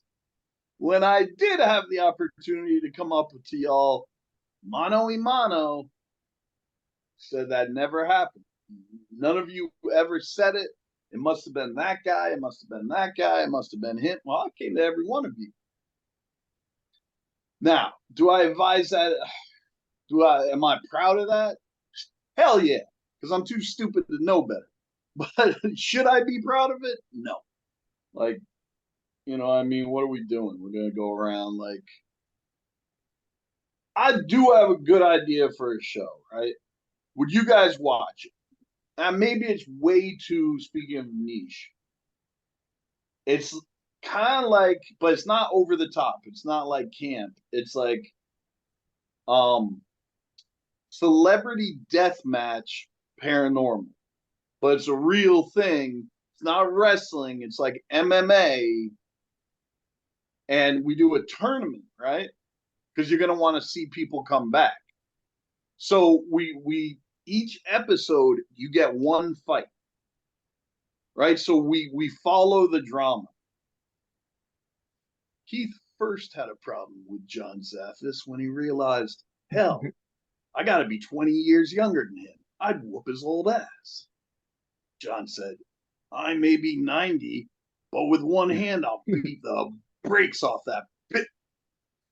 And then we go to the fight, and then Kevin goes to the next round, and John goes to the hospital. What the hell's going on with the Zaffis hate tonight? Sorry, John. Why are we picking on John now? Listen, you know how many, if they could get Nick Groff and Zach Bagans to agree on an episode to be the highest rated reality show in paranormal television history. Dude, think about it. I'm not starting drama, but I don't think you don't want to see that fight. Oh. You know why? Because I don't believe either of them can fight a goddamn lick. I'd rather watch my 8-year-old cousin sit on one of them. I don't have an 8-year-old cousin. That would be weird. But if I did, he could still, my imaginary 8-year-old cousin. But I'm saying, if you want, I mean, you think you could have some real fights. Jason Hawes takes on the beast from the West, Brad Kling. That's okay. Your heavyweight matchup. You're throwing some goddamn, bombs in that. You don't want to see. And then we have like the dainty battle. Brian Cano fights Andy Andrews in a slap fest for the ages. Got you, Andrews. It's never over. No one wants to see Jason and Grant go at it. I'd love. That's not a fight. I'd say fair. Grant versus. Now, all right. Grant versus.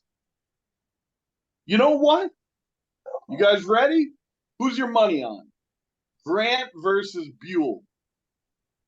Ooh, I'm gonna say Buell. Brian, yeah. Who the hell's that? I got a message. Let's see what's going on. Oh, it was junk. Somebody wanted me to reorder something. I ain't got no money. I wasted all my money on the Brian Harnois Dustin Perry fight. Thanks for nothing, Wheezy. There's another one. I talked to Wheezy yesterday, man. Like, I haven't heard from him in a couple of years, but he pops up. I don't think he investigates anymore, but he doesn't claim he does. He's just kind of doing his own thing. He's a head chef. He's doing well. And that's good to hear. Those are, along with the Ghost Hunters and Ghost Hunters International. It's the reason I liked the paranormal to begin with. It didn't keep me in the field. I'm here because of my experience and my passion, but it was the doorway. And to hear the people, like you're doing well and Brian's doing well and people that I watched as a kid, it's nice to hear. It's good to hear.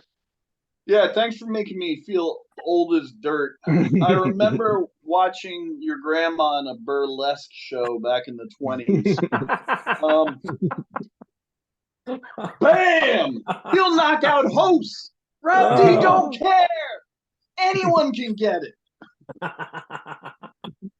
That's good. No, man, of course for us, right? Like we don't count because of course, but you wouldn't watch every episode of Celebrity Deathmatch Paranormal. I'd do it.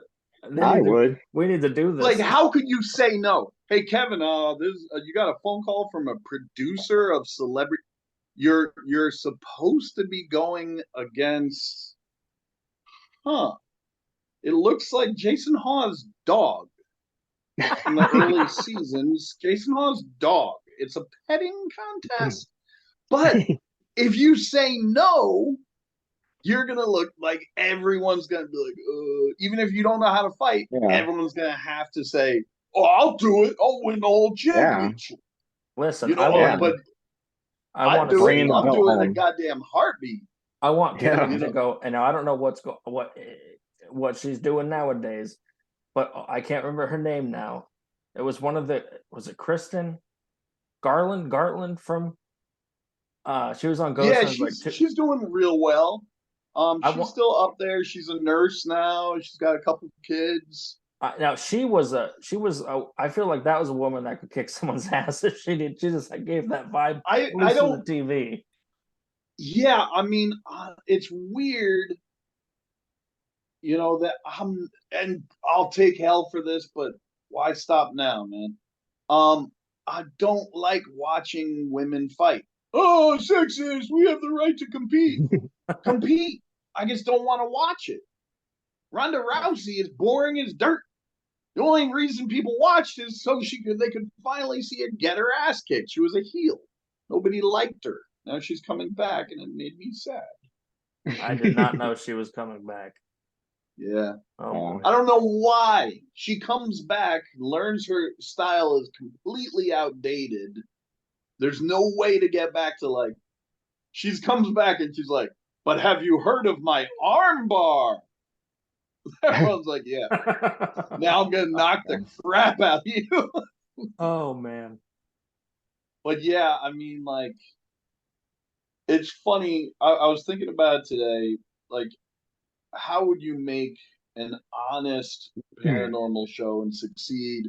You couldn't do it right now anyway, because what a lot of people don't know that are still pitching their shows is the networks have by and large shut down on ghost hunting shows for the moment. Yeah. They ain't buying. They're getting rid of. They're not buying. Yeah. A couple of them have gone. Do you Discovery pretty much wiped the slate except for Jay and Zach, as far as I know. I guess Josh is still around. I don't think Kindred Spirits has been renewed yet. I don't think they've announced anything about it. I've never seen it. I like Kindred Spirits. I mean, it's a good show. I like Amy and Adam. Yeah, I've always been cool with Amy. I don't know Adam. You got Chip Coffee on there too. I like Chip. Here's my thing, man. I'm going to tell the world my story because, hopefully everyone will forget this part. The audio will go out.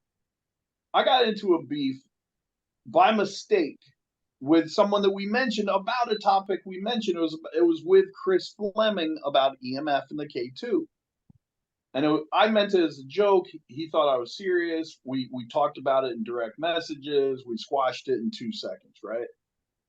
But Chip was the only person who went and gave that a like. And I was like, Chip, I ain't heard from you in years and years. You never liked my post, disliked my post, commented. But the one time that Chris Fleming shows up and bashes the hell out of me, you show up and like that post. We good, homeboy. I got no problem with you, but we good. We ain't friends. I know people like that. That's the kind of people. I'm not. It's one instance. Maybe it was coincidence. Maybe you just happened to see that thread. But people like that, you got to be wary of. There's a lot of people. When you go on Facebook, this is what I call my question and answer. I'm going to keep throwing questions at you guys. My question and answer podcast. When you go on Facebook,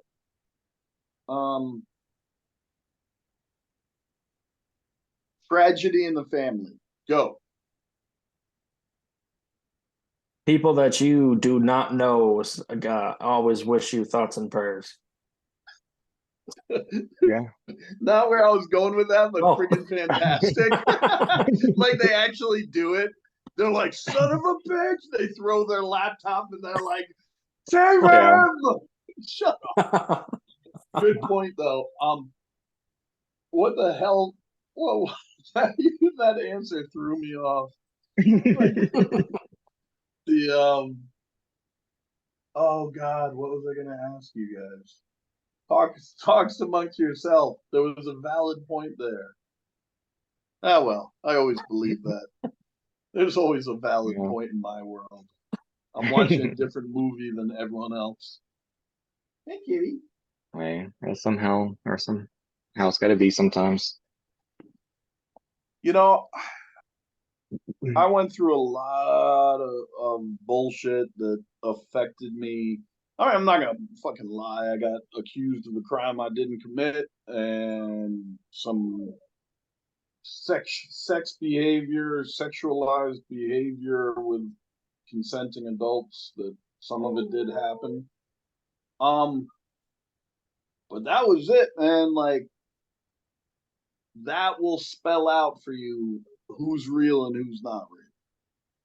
Because people either know you or they don't. And the people who you thought you were cool with, it's the worst thing that ever happened in my life. But goddamn, if it doesn't cut your supposed friends away like a hot machete. Yeah. You'll watch your friends fall by the wayside. Learn who your real friends are real quick. Those 100 friends you thought you had, you might have 2. How we got on that depressing ass topic, because I'm going to be real. I'm going to be 100%. I didn't approach anyone. I was approached. I had shows get pitched back when ghost shows, like they were bringing people from old shows back and giving them new shows. I got approached and it got to networks and they were like, that dude? Yeah, right. Me Too movement, no way. And so I quit. You know what I mean? So I still investigate. I live my life. If I'm gonna be the dude saying the shows are lying to you, YouTube's lying to you, these people are lying to you, y'all are not gonna be famous. You wasted your money on equipment. Nobody says I love that dude. Man, he made me feel good about wasting $300 on an SLS camera. And now they got like I heard he did this, I heard that. So it's a way to discount me in my opinion now that they've got. Like, so if I say, well, ghost hunting this, to each other they say, yeah, well, I heard this about it. Note I said, as always important to note, I said to each other. Right. And nobody say shit to my face, nor will they. They love talking. Everyone talk a good game. I think. You guys ever watch Ready Player One? I have not. I didn't I've know. heard about it. Yeah, I know. Horrible.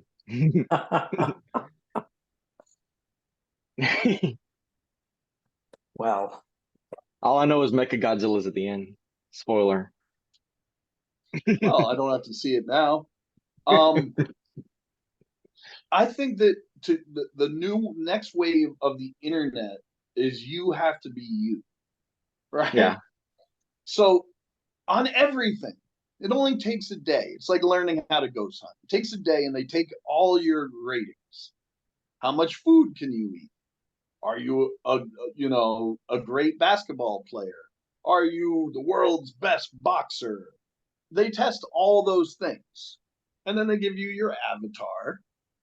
So Kevin comes up to me and says, I could beat you up. And I say, no, you couldn't. And he says, oh, yeah, what's your score? I said, I got 7. He says, I'm an 8. I say, oh, you are better at it. Well, there we go. And our avatars shake hands and walk away. Very Because civilized. but everybody in there, and I know I'm beating a dead horse. I'm about 30 years late on this one, but everyone's a keyboard warrior. Everyone like, oh, I'd say it to his face. No, you wouldn't. Yeah. You know what I mean? Like,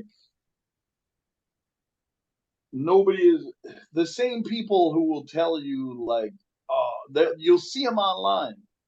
Oh, I hate, GHI sucks. Back in the day, GHI sucks, show's awful, Rob sucks, blah, blah, blah. And then, like, you see them and they'll just be like, what's up, dude? And me, weirdly, like, I'm just like, what's up, man? Like, I keep the peace. I'm not like, oh, I don't know. It's just a weird thing. Like, I've had death threats. I had all that crap. But yeah, man. So was able to do an investigation for a big fan who has Down syndrome last week. So that was really cool.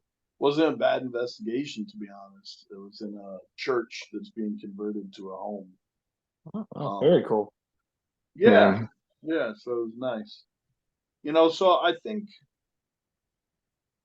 I'd like to say, I'd like to see the torch go on and say, well, I see what this person's doing, and man, they're cutting edge and they're doing some great stuff. Like who? That's fair. That's fair. That's fair. No, I mean that's fair. Yeah, that's completely fair. I mean, we're all kind of just. If you said who's going to carry the torch, you a young dude, but I'm getting up there. If you watch, let's just take the TV show. If I watch TV and I said that's a future that I would want for the paranormal investigation, maybe I don't watch enough of the shows. Who would you guys say? I don't even know a lot of the people that. Got to give somebody. Amy. I like Amy and Adam's show. I mean, you got to pick one of them. Who's better, Amy or Adam? I would say Amy. So you're saying Adam's inept?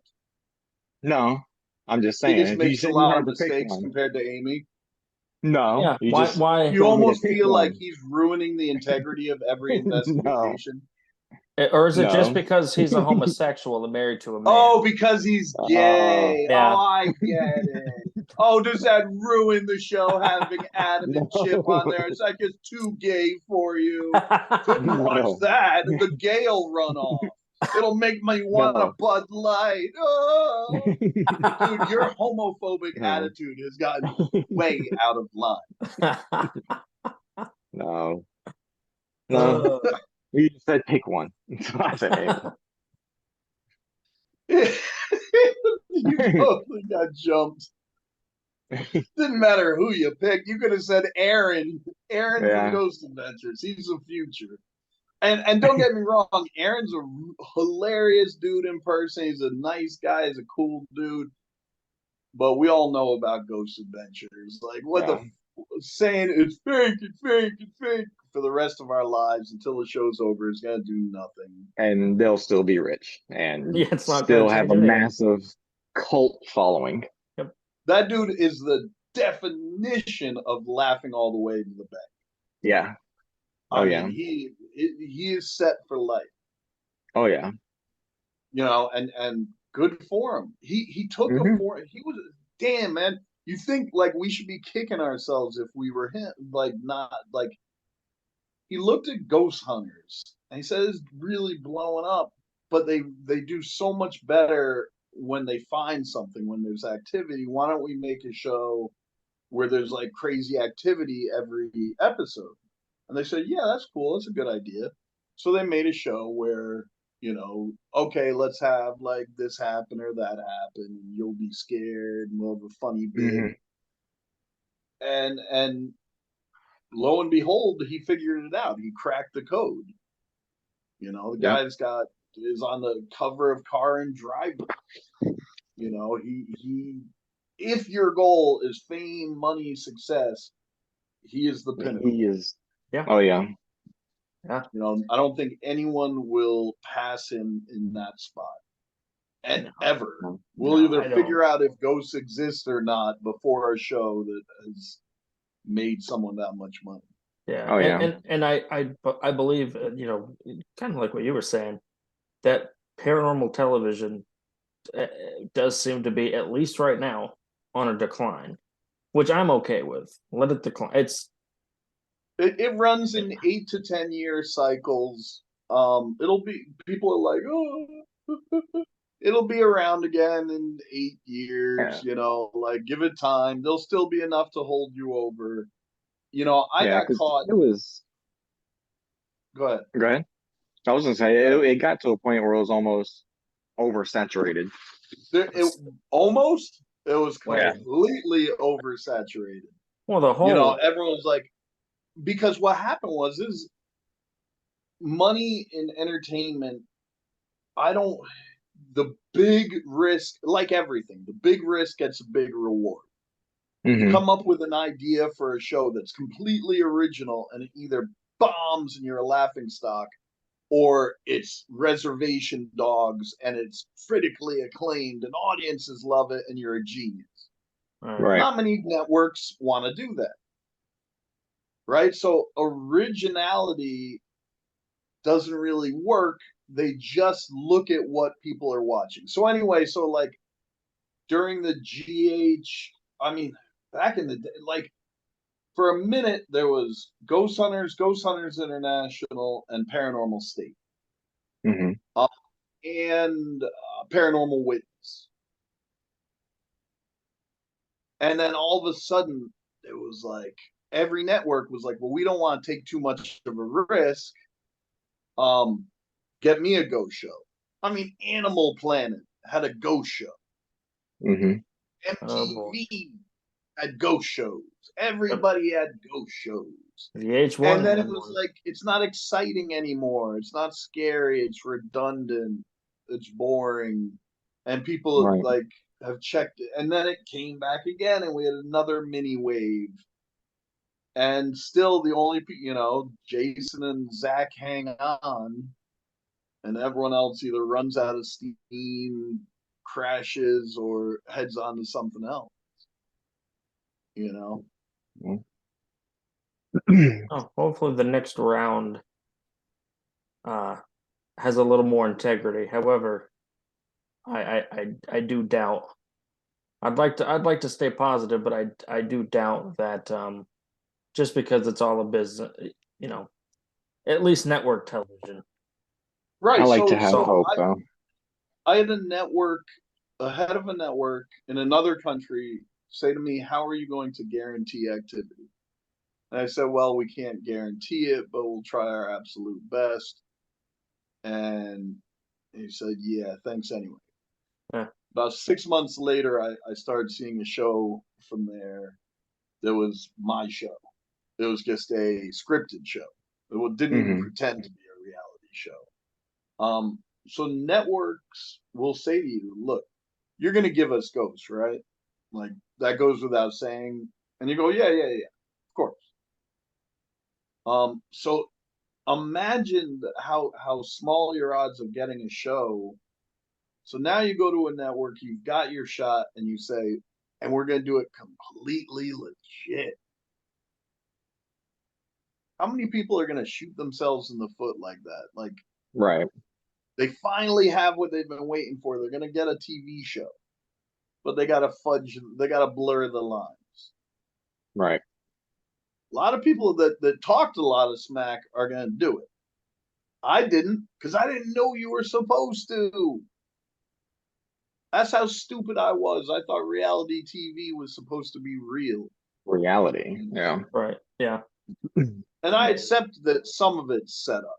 Like when we do our in-car, you know, we're heading to Bran Castle, and we're all going, oh, wow, Romania. Like we didn't know when we flew into the damn airport. I drove here from Florida. So this is wrong. It was like, so, you know, you got to do that stuff to get the audience up to speed. Yeah. You know, so yeah, that stuff is crap and fake. But when know, you did GHI and Haunting Australia, did you see the episodes before they aired? Haunting Australia, yes. GHI, maybe 2 episodes. I saw, like, it was very rare. The production company, for their own reasons, never gave us advanced copies. Okay. Well, that answers a Like, lot even too. we were supposed to see the GHI premiere because we had to leave for the airport to fly from Europe back to America when the premiere was on. So we were supposed to get an advanced copy to watch that just the producer was supposed to play and then shut it and delete it, and it never happened. So, Oh wow. yeah. So you guys Um, as a team didn't really have much say in post production of what was actually Haunting shown. Australia, I was meant to, and the producer there, who I couldn't stand, and she couldn't stand me, cut me out of post production and made me look like probably closer to the jerk side of me than I necessarily wanted to portray. But they did it on purpose to kind of, I don't know. Networks used to love like the idea of getting me scared. Like they'd always be like, "Oh, Rob, go downstairs by yourself." And in Australia, there was some deadly snake across the path. Eh, I mean, like I almost got. I was in Nicaragua. My camera guy said, "Take a step to your left. You have a scorpion right by your head. Oh no. Big ass scorpion Ugh. right by the side of my head." I was like, "What the hell am I doing?" That was That was my last GHI. That was the last episode. Nope. No. How were you approached when GHI came up? Okay, quick version is that I was on Florida Ghost Team for a number of years. The production company approached FGT, Florida Ghost Team, and asked to see pictures and bios they were thinking of using our team for a new show that was going to be on Showtime. That was going to be like Ghost Hunters, but uncensored. A couple months later, the team lead called back, and we didn't get it. Thanks anyway. A couple of years later, like 2 years later, my phone rang and they said, "Hey, there's Pilgrim Films. Your friend sent the tape in, blah blah blah, or sent your information in years ago." And I turned it down. I said, "No, I'm good." You know, and they're like, "Well, you're not going to get it. Just send a tape in. We just have to send so many tapes to Sci-Fi. You'd really be helping us out." So I did the tape, and I said, "All right, if you don't hear from us by Wednesday, we pick someone else, and thanks." Didn't hear from them all week. Next Monday, I got a call. You're flying on Wednesday. So that is how I wound up on GHI. That's a that's a quick turnover. Yeah. Yeah, it was. It was so much different because when I work on shows now, if you talk about you say, "Man, I've got a great idea for a TV show. This is gonna blow everyone's mind. It's gonna be great." The amount of time it takes before you sit down and watch it on A&E is minimally from idea to watching it. Minimally, there's no way you're getting it done in us, not some network exec, but we're not going to see it on air for at least a year. And that's, you're looking at more like 2-3 years. People don't get that, man. I'm like, "Hey guys, we have an opportunity for a show." Go, "Awesome, we're going to be on TV." Nope. You're going to sit around for months and months and months waiting, and then someone's going to say, "Yeah," and that's it. And that's what usually happens. So it was weird for me because they were like, "Hey, want to be on TV?" I was like, "Eh." They're like, "All right, well, we picked you anyway. Get ready to fly." I mean, what the Yeah, heck? I never came out and applied for stuff. And like, let's get to, all right, let's have some fun. Now we're getting into the old Rob D. How'd you get started? What's our first experience you had being touched by a ghost? Worst and don't say, "Oh, I don't want to say this one because I'm cool with." No holding back on this one. You just say a name. Worst paranormal investigator you've seen on television.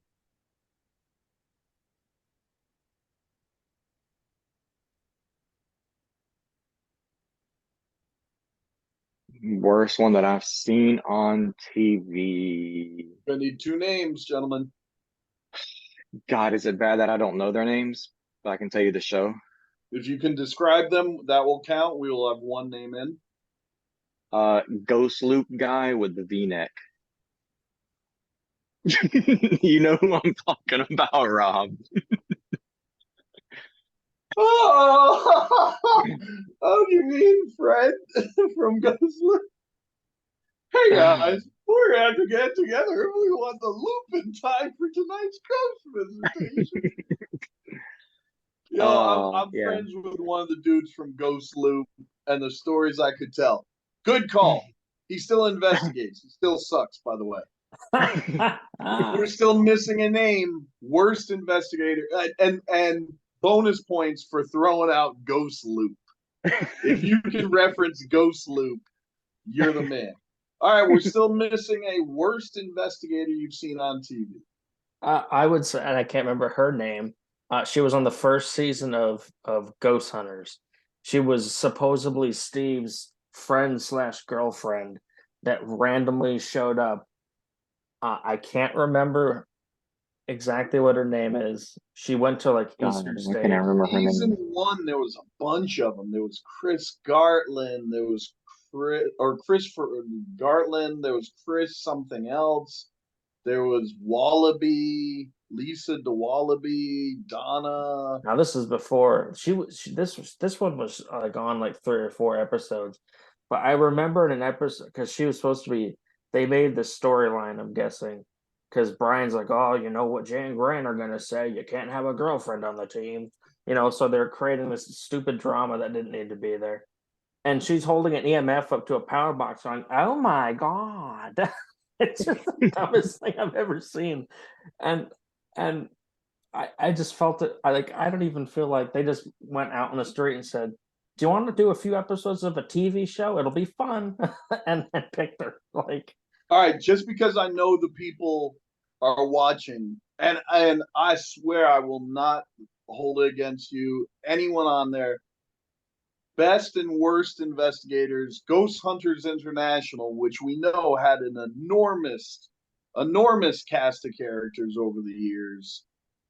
We need the best, myself not to be included in the best category, best and worst. Best. Yeah.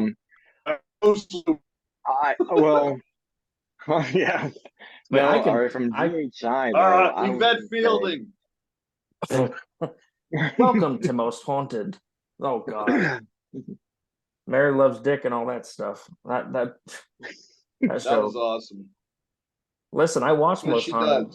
If you knew Mary, you'd get the joke more. Mary adores Dick.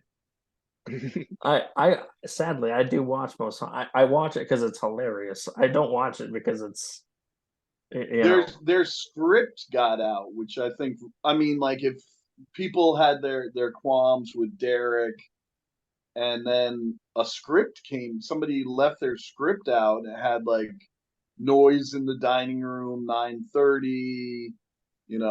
This one goes up to check on what happened. So it was all scripted out, I guess. That's what I heard. Worst on GHI. Let's start. Well, let's be nice because people get bored quick. Best besides me, we all know me. Best on GHI. Andy. I know who you guys are gonna say. I was gonna say either it's gonna be a toss up between Joe or Andy. Yeah, I would say to me it's Andy. Wow, not who I expected. No? No, I would say, best if I can't name myself. Barry probably.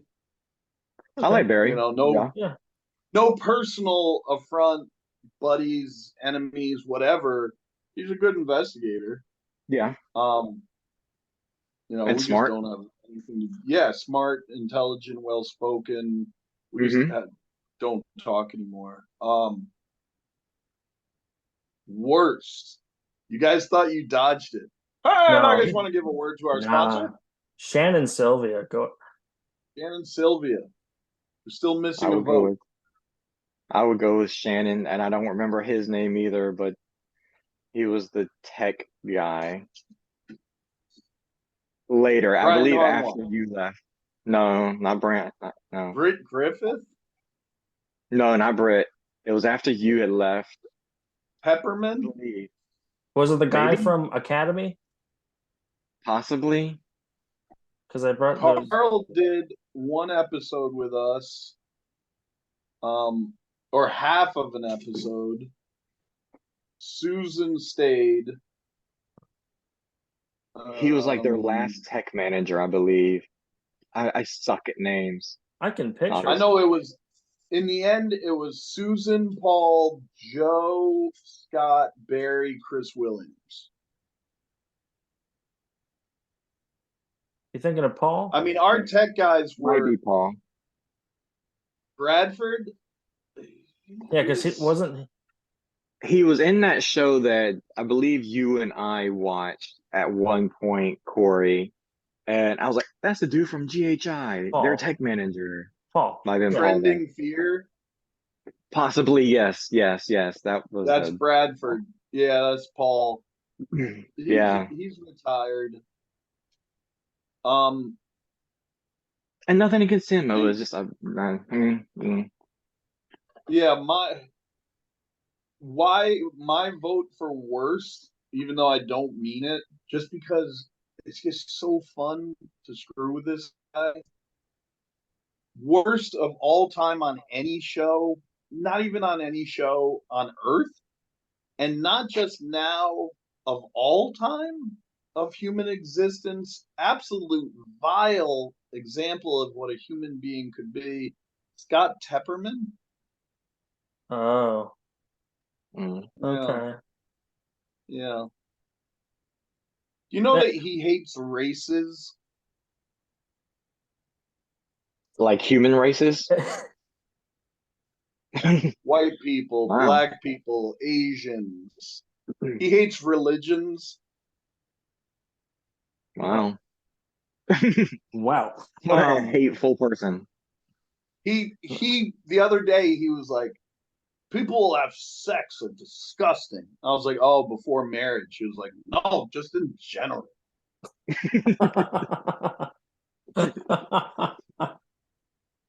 Friggin' gross. Oh man. Get a room.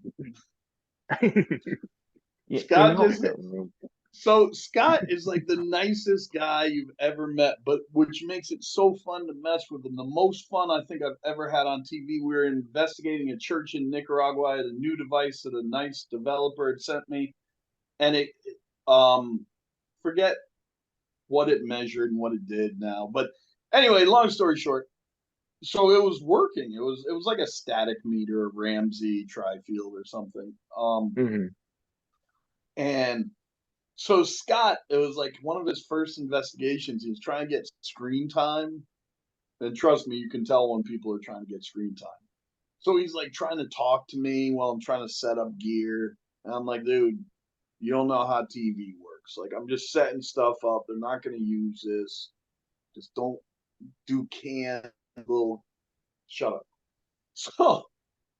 So he said, now they got the cameras going. They're watching us. And it's going off. And he said, oh my God, such a crazy piece of equipment. kind of thing. Yeah, so it really seems to be responding. Yeah. I mean, what exactly, does it do? What does it measure? I say, it's been designed to measure pretty much everything. And I dropped it below a whisper this time. I said, it's been designed to pretty much measure everything that we know about the paranormal. Really? One thing it cannot measure. When and if you will ever shut Scott fucking shit himself. He absolutely just froze, staring at me. He's going, dabba, dabba, doop, dabba, doop. And he just like, what the hell? It looked like you just hit a puppy. Like, why? It was fantastic. Another time, I got a ghost to light up all the devices when I asked if Scott peed his pants, and it did. That didn't make the episode. Another time that wasn't on camera, it was again in Nicaragua. It was like 108. So I cranked, myself and Paul Bradford cranked the AC up to maximum. The only problem is we forgot to tell him about the joke, so we investigated all night, and then he came back to his nicely heated 115-degree room to go to bed. Then this is how stupid it was. We couldn't come up with a good prank, so Paul and I were like, the doors wouldn't lock. So we're like, why don't you just go in and take turns taking stuff out of his room? So, because he's trying to sleep finally. So we're going in and we're taking out his side table. We're unplugging his phone. And he starts out, guys, come on, man. Guys, stop. Guys. Hey, come on, man. It's not funny anymore. By the time we got half his bedroom built in the hallway, he got up, stopped us. Like, it's just like, I don't know, man. That's a bad trait in myself that I should recognize. That, like, it's humorous to me to mess with someone like that. And, like, I should be messing with the people who are, like, really jerks, and he really is a super nice guy, which makes it all the more fun to mess with. The end of GHI, when him and Joe Chin were together, was horrible. It was horrendous. Joe Chin is one of the funniest guys you'll meet in the paranormal. He tones it way too far down when the camera comes on. If he was himself, he would blow Aaron from Ghost Adventures out of the water. The guy's hilarious. But he just like wants to present a certain way on TV, and that's fine. The most activity I've ever had consistently with another investigator in any show or team is Joe Chin. When we were in the same investigation, things popped off, got crazy. I don't know why that works. I don't know why anything does anything. Yeah, it could be just the chemistry you guys had, or a number of things, really. It was really, the chemistry, the way I'd look in his eyes, that smell of booze. Longing and stuff. We saw it on TV, Rob. Like, I would, okay, you know what? Forget it. You guys are way off base. There is a show, it's reality stars fighting. Like, don't keep it to just ghosts. So I'm going to fight, like, some dude from Below Deck, or, like, I think Captain Lee from Below Deck is about my age. So, put me and him in the ring. Like, I'd tune in for that. Yeah. Why not? You know what? You wouldn't watch every week? Sure. Why not? I guess if you're not into MMA, then you're like, why? Why watch people hit each other? And I get that. it's also important to note that I was on Kitchen Nightmares. Really? Did not Yep. know that. The Le Bistro episode, I was dining in the restaurant. Okay. Well, Oh crap! Semi-British spokesman is back. Everything's ruined now, I'm afraid. oh man. Yeah, it's weird how we do that, right? Like when we talk about best and worst investigator on TV, we don't really care about their technique, right? We don't say, No. I consider him the worst. I have never seen him measure a baseline once. That is Right. poor technique. We say worst based on who entertains us, right? Right. Like, Yeah. that guy sucked. You know, what a dick.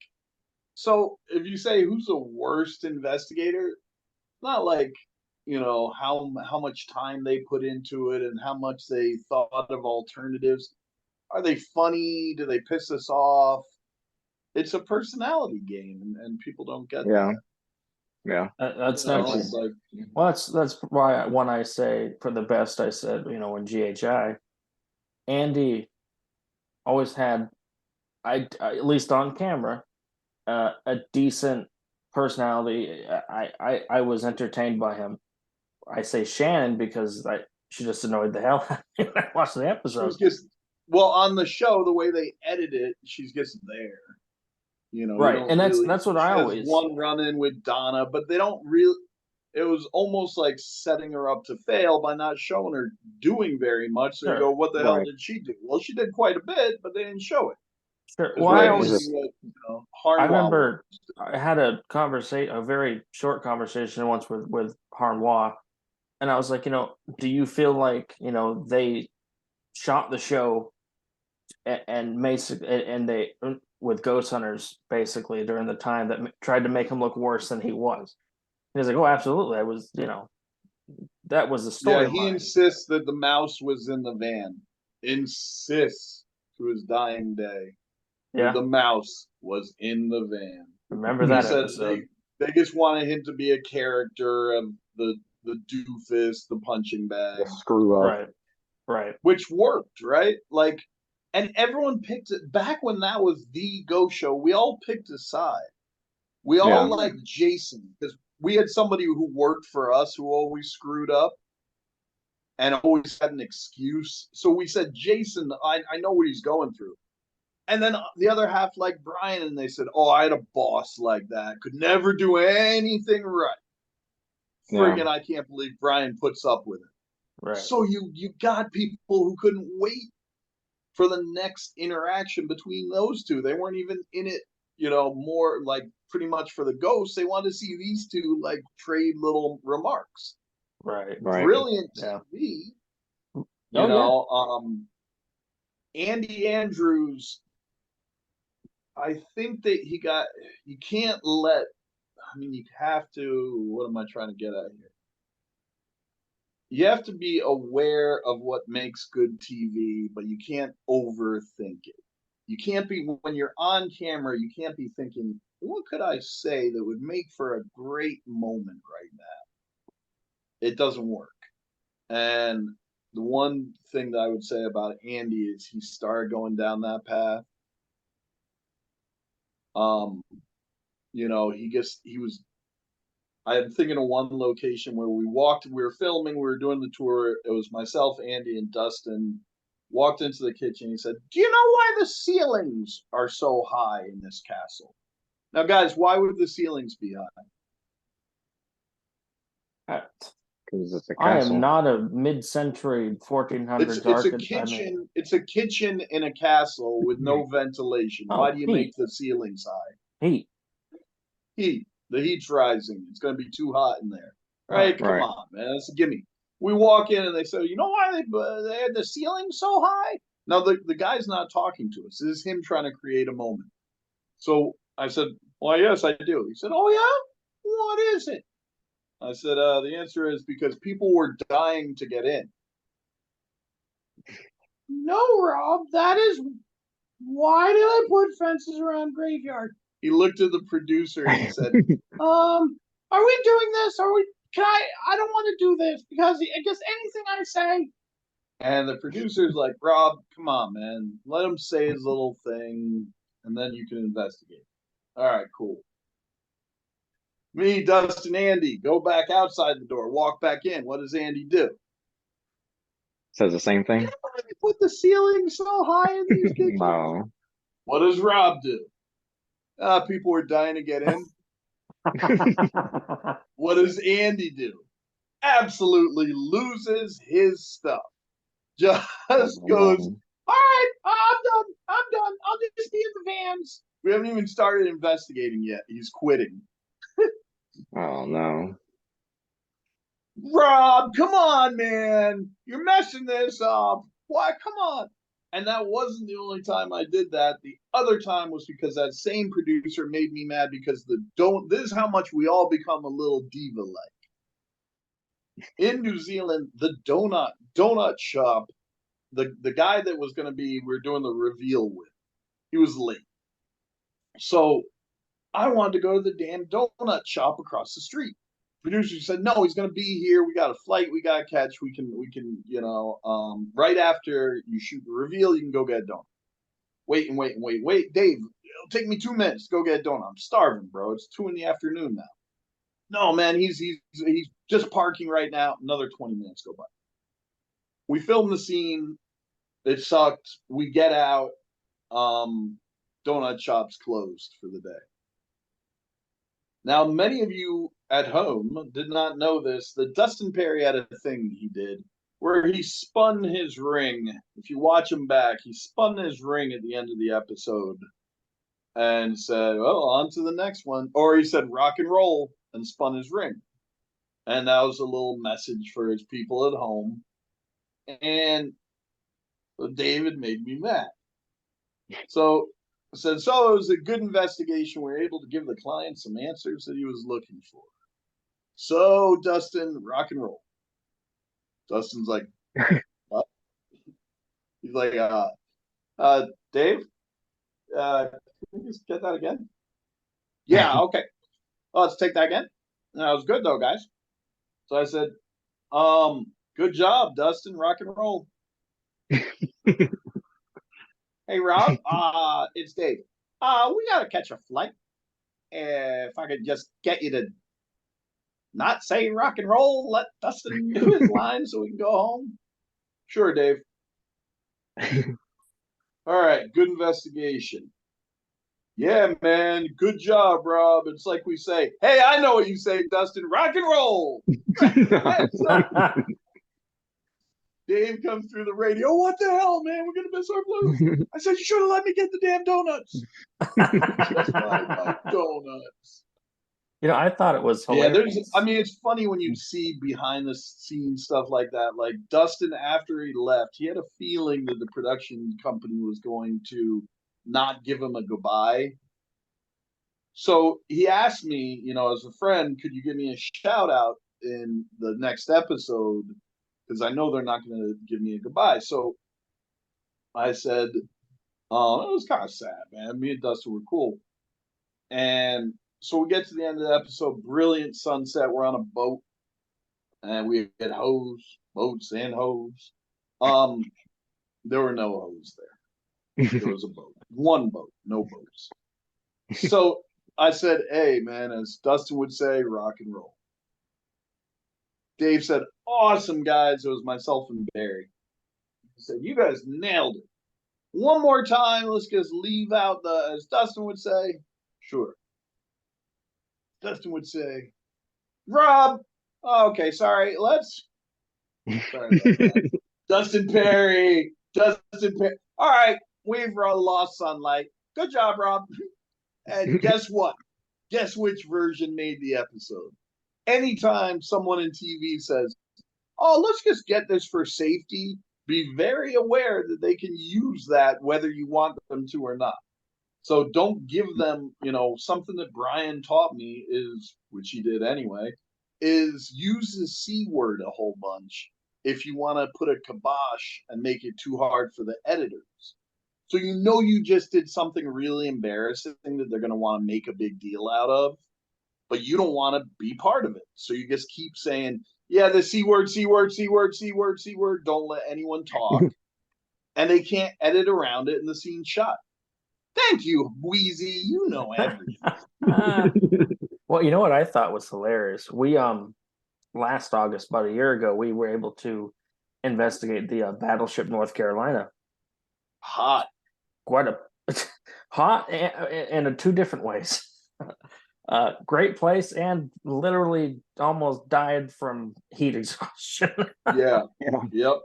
But so that we now in the episode of Ghost Hunters, they make it look like they got to crawl down this itty bitty ladder, 3 decks to the torpedo room where the torpedoes hit, and I'm waiting for this crazy way we have to take, and we just go down a couple little ladders and we're there.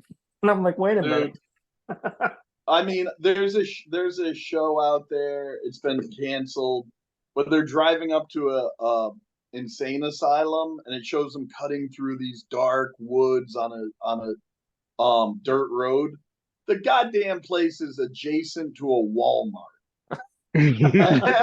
Like, everyone was putting up Google Maps photos of the place, like surrounded by highways, and it's just like that was. You gotta love editing. Yeah, well, but they don't care, because what did I say? How many people actually checked it? Right. Right. I mean, and I don't blame them. We watched. I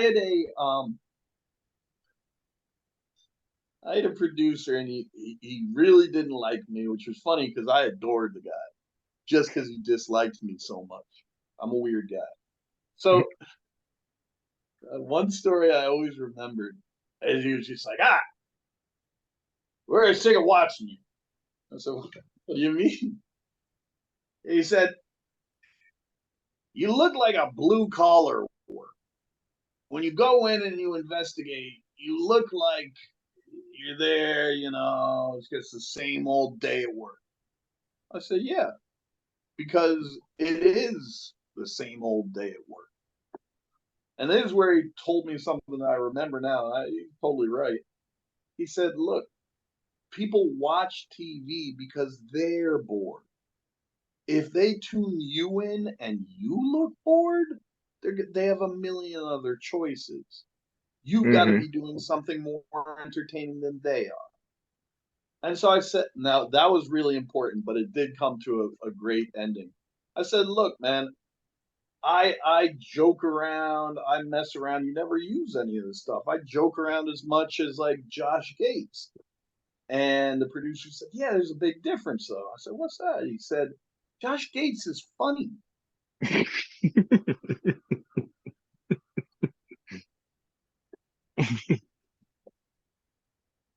Dead ass. I was like, this guy's awesome. And he couldn't stand me. And I was like, this guy, he would swear at me and I'd absolutely laugh my ass off. Because I don't believe in the thermal camera. And it's, is it possible? Sure. Broken clocks right twice a day. So he would tell me I wasn't finding enough evidence, but then I'd spend half the night doing the damn thermal sweep for TV. I said, well, I can't find any evidence, if I'm doing this stupid ass thermal sweep. He said, well, the network really likes the colors. They really like thermal footage. You got to do it on every episode, every tour. He's the boss, right? Next 2 investigations, I sent Dustin and Andy. My phone rings from Los Angeles. Guess who just saw the investigation footage? What the hell was that? Where were you? Oh, this is my favorite. And I was totally being a dick. I was like, oh, I thought you meant like somebody does it per tour. And he's like, you mother. And I'm laughing my ass off as he's just like, you son of a bitch, you effing knew what I wanted, you effing idiot. You couldn't be the dumbest. I'm laughing. Oh my god. Because I knew exactly, he was right. I knew what he wanted. He wanted me to do thermal sweep. Thermal sweep sucks. Oh, it's redder over there. Oh, only time that, look, you want to hear a quotable? Anytime good thermal footage has been used that is not like obvious, it's a window. If there's a window present, don't tell me about your thermal footage. If there's no window around and a goddamn figure walked against the wall, hell, I want to see it. I'll never see it. I've seen a lot of reflections of people in mirrors or windows. Seen that quite a bit. But yeah, so I hated the thermal sweep. You know, I guess they always say, "Oh, but after a while, you forget you're on camera." You never forget you're being taped. You never forget you're making TV.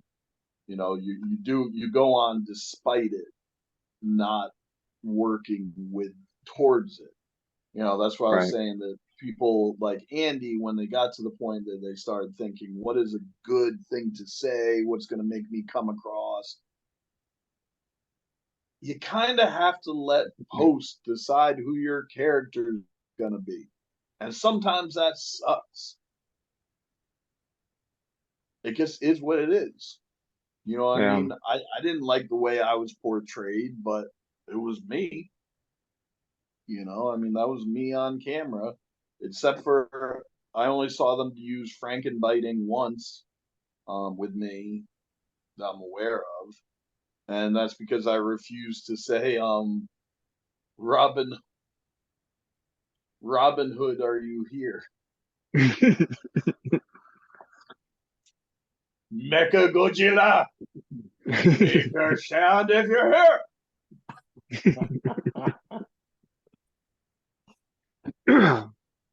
Yeah, man. So I'm going up to my next thing is I'm going up to Canada, and I'm thinking about doing a program, but doing it differently. And if people don't like it, that's totally cool. Like, here's the reality: my fame and success is never going to hit the same pinnacle. So there's no reason to do it for that point anymore. I'm never going to have 2.8 million viewers in a night. It's not going to happen. So that's good in a way because it frees me from having to work off a formula. You know, so I'd like to do investigation, go after cryptids, go to a hot spot of UFO sightings.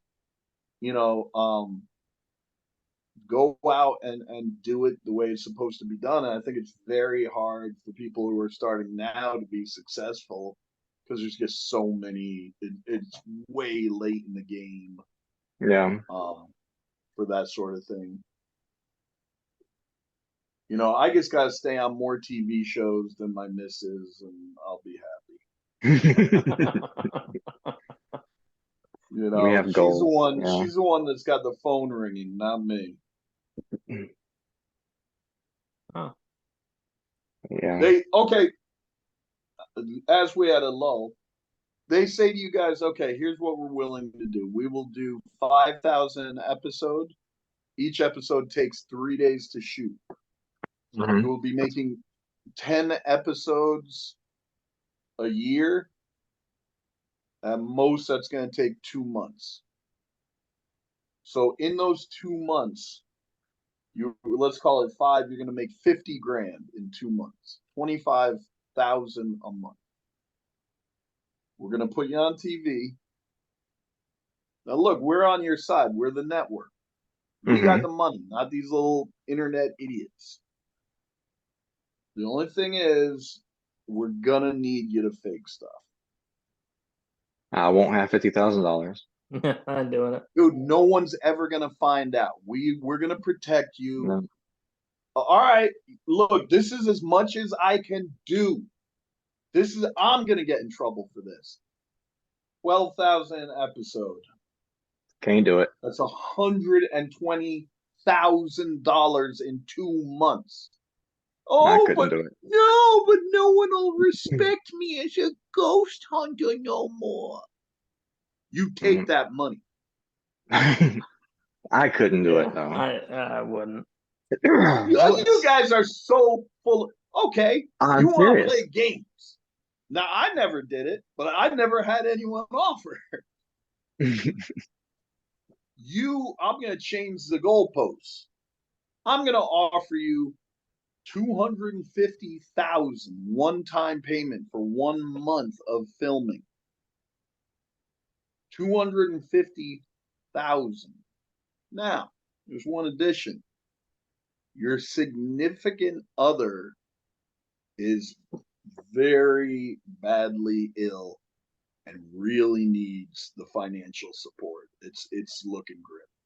What do you do, guys? So, what happens if we do this and then outs the production company for faking evidence? You can do whatever the hell you want next year after the show comes out. I can't stop you from blowing up the production building next year. Not my problem, but you're going to be the one on camera saying, I saw it, I heard it, it was right there, he was wearing a top hat. But you've got 250,000, 150 goes to your significant other's health bills, leaves you with 100 grand to put down on a bigger house, nice car, food, whatever you want. You're See, golden. I don't think I could do it because I don't investigate for fame or money. I do it to further the field. I know that's a cliche answer, I'm going to but be honest. If I know and they don't have me sign an NDA saying that I can't say anything for years, I'm going to shoot it. I'm bagging the money because someone's sick. And you know what? I'll blow the damn production company up next year and say I had to do it for my family. I'll be Now, honest. they are going to NDA you, but the amount of time varies. So let's say it's 0. So yeah, next year you can come out and say, "Hey, it was all a plot by these bastards." But are you going to come out too well from that, or are you going to just be the jerk from that show forever? Well, Why here, yeah, don't I you think it just would be the shut your jerk from the damn show mouth and forever. keep your money? I'll probably be the jerk from that show. But as long as I'm the jerk from that show who has a significant In other a Porsche. not even the Porsche. If it's just the money, if it's just the money, I probably wouldn't do it. If it's for something that has to do with the health or well-being of a family member, and that changes the tune. It does. I just have I to be gotta real. move. I gotta weigh things to a certain extent so that I really push the boundaries. I'd like Here's the thing. Let's say you're married, and the most gorgeous guy you've ever met that you meet, he is your perfect man, just really gets you, man. You are vibing. He is drop dead gorgeous.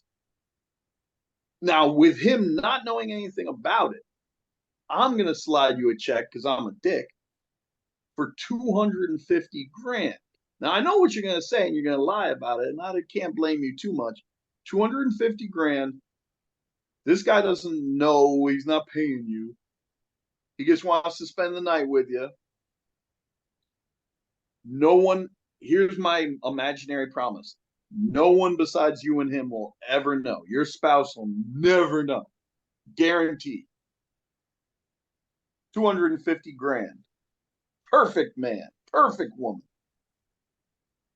Now, most people would say, look, I can't say it on the damn show, but hell yeah. Most people would. But you ask them, would you take that same amount and do a fake up the paranormal? They're like, what'd you say to me? Point being, we give a lot more thought to cheating on a spouse. I don't know. Versus faking a show. I'd rather blow up the Western United States. Like it just, we have this weird thing ingrained in us And here's the weird part. All the heroes that we think are like us aren't on our team. Right. They took the money. Right. You're going, see, they can make it without taking the money. No, they took the money and ran. And, you know, I mean, so I had my dad ask me years ago, if I gave you $1 million, would you go back and fake it? And I said, absolutely not. If he said it to me today, how much time do I have to decide? You know, $1 million goes a long way.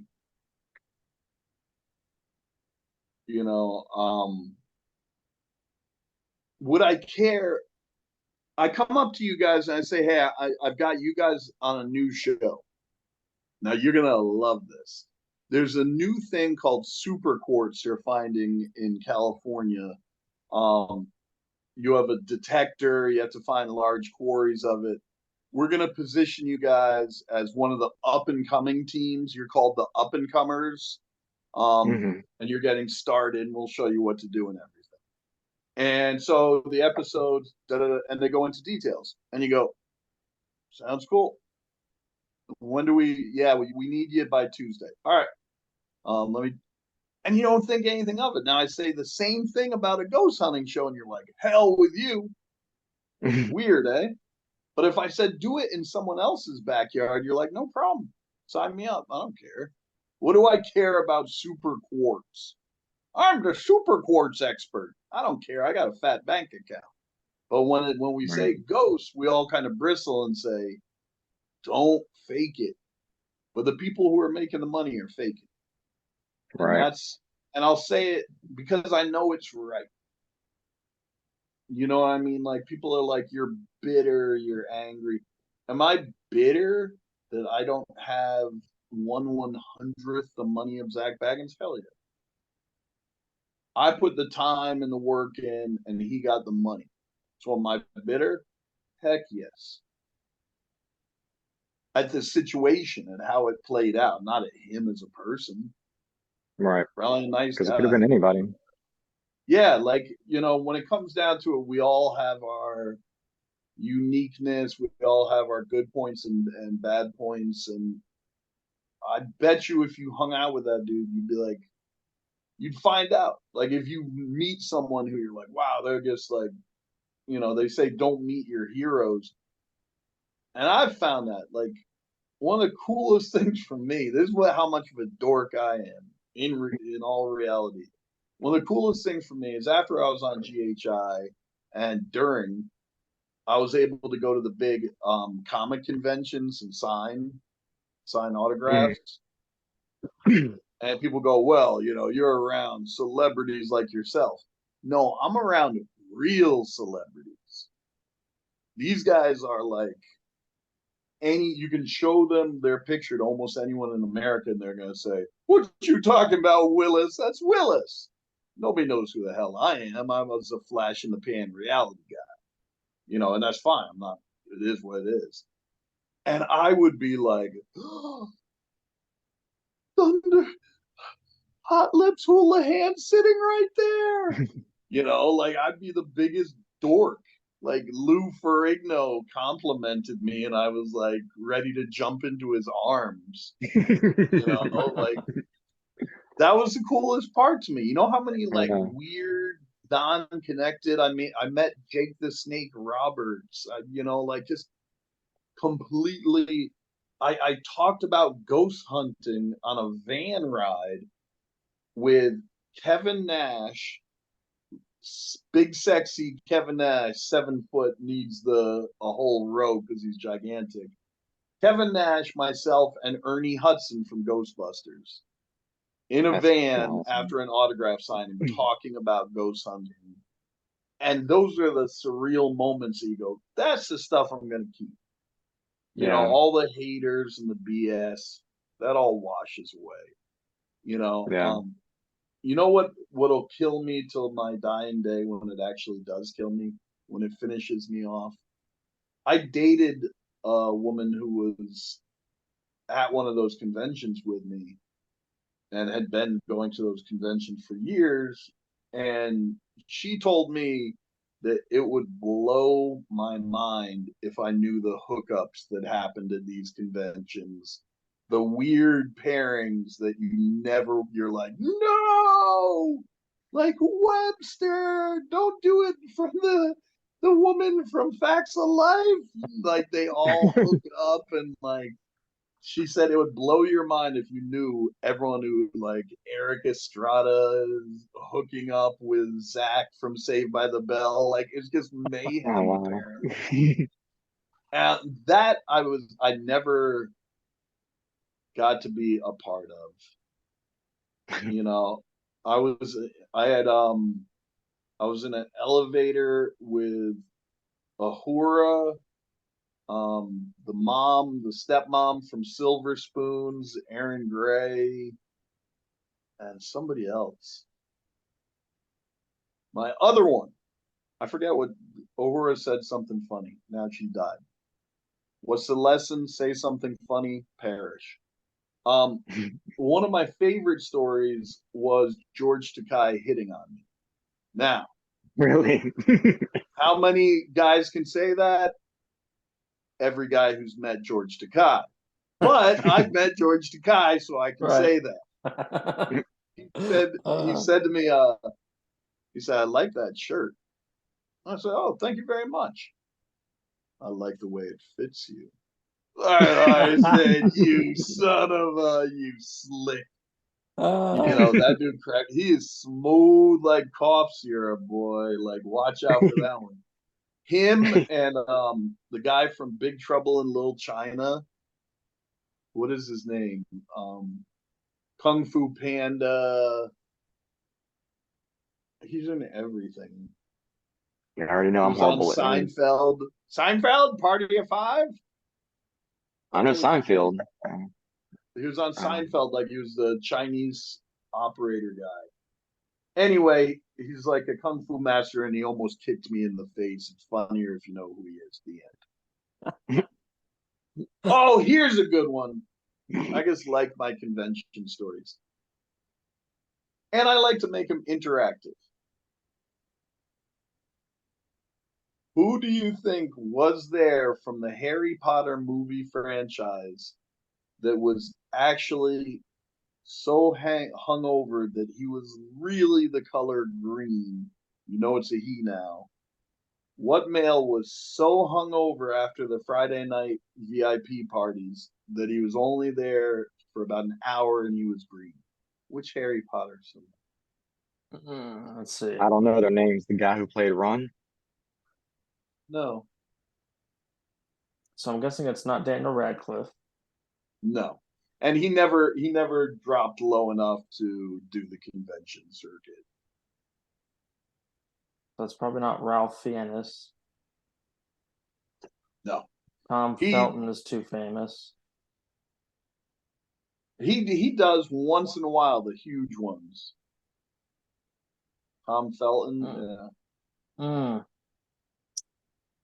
can't remember the guy that plays Hagrid, but I'm guessing it wouldn't be. Oh, I'm trying to think of the guy who played what's the guy's name? Draco. No, that's Tom. No, Felton. that's Tom Felton. So he's out.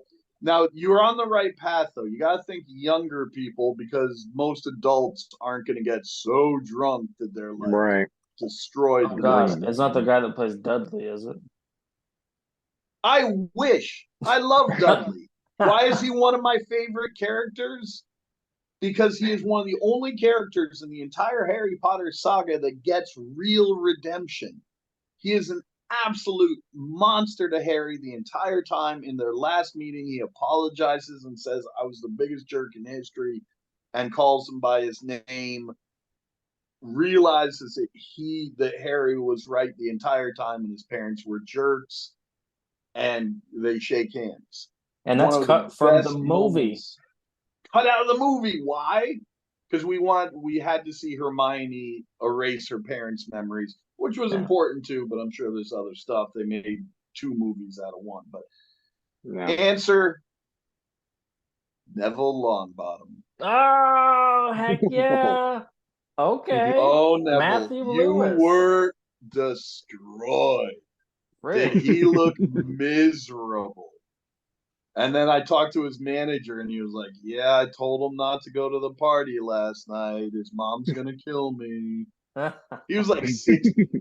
Yes, apparently he just got smashed. Now that convention was awesome too, because what you don't know is it's also a swingers convention.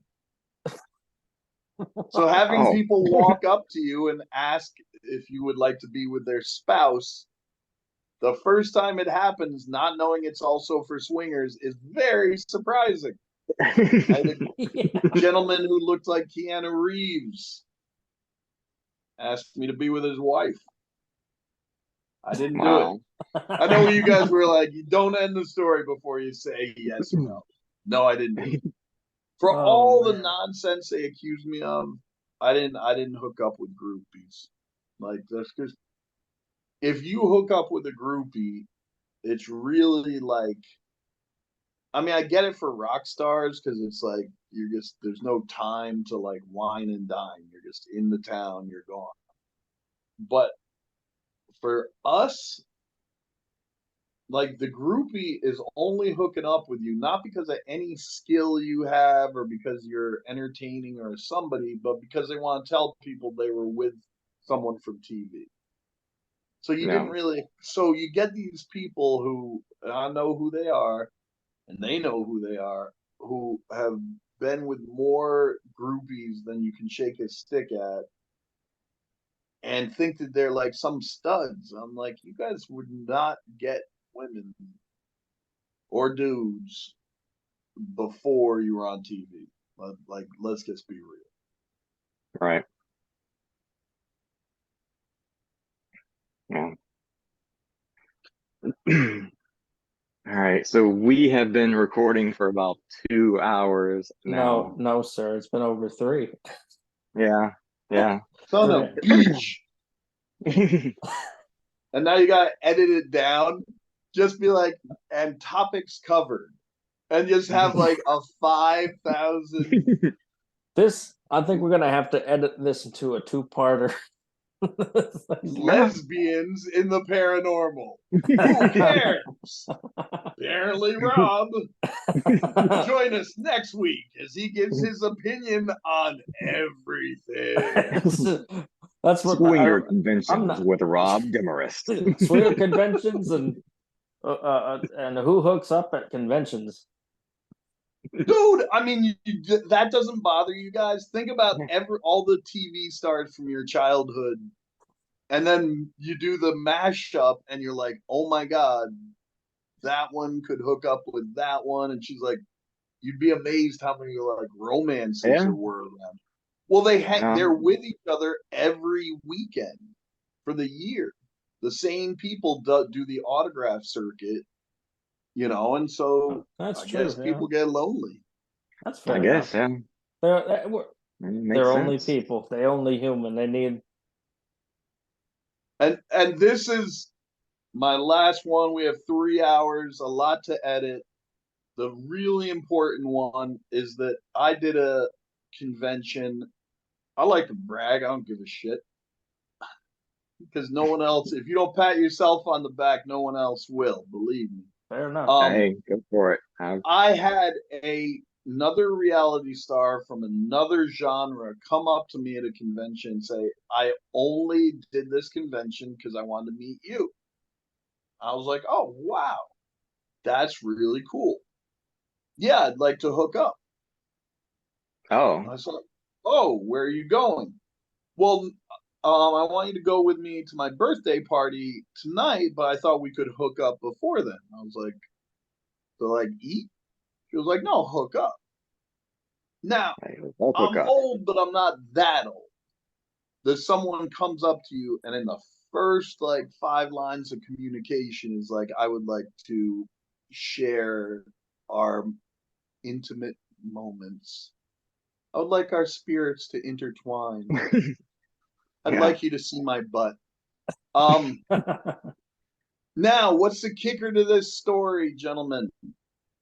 Would I have done it at the time? Yes. Why didn't I do it? That is the biggest cold sore I had ever seen. Oh, Oh no. And and if you knew who it was, I'll tell you after the show. If you knew who it was, she is gorgeous. Not like my woman. No, my woman's pretty. But she is like a superstar model, and I was like, wait, so you're just gonna hook up with me? Just why not? And that's cool that some people are like that. We're moving into a broader genre as we wrap up. I just think it's weird that sexually some people are able to have that level of freedom and non-judgment just and openness. Yeah. Right. When we want to eat, we go to the fridge and we take something out and we shove it in our mouth. When we want to use the bathroom, we go and we sit down on a bowl. When we want to hump, we make this huge thing out of it. But what would it mean to us? How would we? So I am one of those people. So I'm impressed with people who can just be like, what's up on the hookup schedule? Right. Like freaking awesome. Yeah. I did TV with a gentleman who introduced me to a app that is for finding like-minded individuals. And apparently this app, it caters to a particular market, and you just describe your preferences, size, and it tells you who's in your area. Would anyone like to care to guess the app? Sounds kind of like Tinder to me. What if it was almost identical to Tinder? I don't know. I mean, what's the alternative to Tinder? There's Grindr. You know what the hell I'm talking about. Just saying. A Grindr. Grindr. And this person said it's the goddamn greatest thing on earth. I said, why is that? He said, because dudes are not like women. We're just like the same way. Are you hungry? Let's eat. Do you want to go to the bathroom? Let's go to the bathroom. Do you want to get in bed and play? Let's go play. Everything's just like, it's cool. We're connected. It's fun. And you can do it anytime you want. They send you their picture. I was like, wait a second. Because on the other version, you have to take them out to dinner. You have to discuss your likes, dislikes, religion, politics, family, books, Right. movies, music, and still don't get any. But yes. Right. So this person from the goddamn thing has radar. It shows you where the dude. It is genius. God damn it, we got hoodwinked. Plymouth Rock we didn't land on Plymouth Rock. Plymouth Rock landed on straight men. Sorry, fellas. Yeah, we don't have anything like that. Yeah, right? Like, you guys can't have everything. That whole making babies today. We get to just do it whenever we want without spending money. What? That seems pretty smart. Yep. We kind of cornered the market. Yeah. And with that, ladies and gentlemen, that's why I sign off every broadcast. Yeah, so with that, ladies and gentlemen, Rob, where can people find you on Facebook or the app formerly known as Twitter? Yeah, X. Facebook.com/Robb Demarest. X, Twitter.com/Robb Demarest. There may be a period between Rob and Demarest. Facebook, I don't open a fan page because I don't consider people fans. Either we friends or we associates or we nothing. So even though I'm filled with friends at all times, if you follow me, you can post, you can send me messages, I'll read. Also of note, how the hell did Trump convince Americans they like Russians? Thank you, ladies and gentlemen. I will be here all week. Oh, well, guys, we are happy you guys. I don't even know what to say. And you can follow me at X whatever / Kappa Paranormal, Facebook.com / Kappa Paranormal. Visit the website www.kappaparanormal.com. Send me an email, info@kappaparanormal.com. Don't forget to send your stories. Let us hear from you at IntoThePod@gmail.com. It, Visit the Facebook page, facebook.com / IntoTheParanormal. And ladies and gentlemen, that would be it from us. Thank you for listening. I have been Kevin Leonard. That has been Corey Beam. That has been Robb Demarest. And this has been Into the Paranormal. truly the paranormal. Everyone have a great night. We'll talk to you soon. Peace.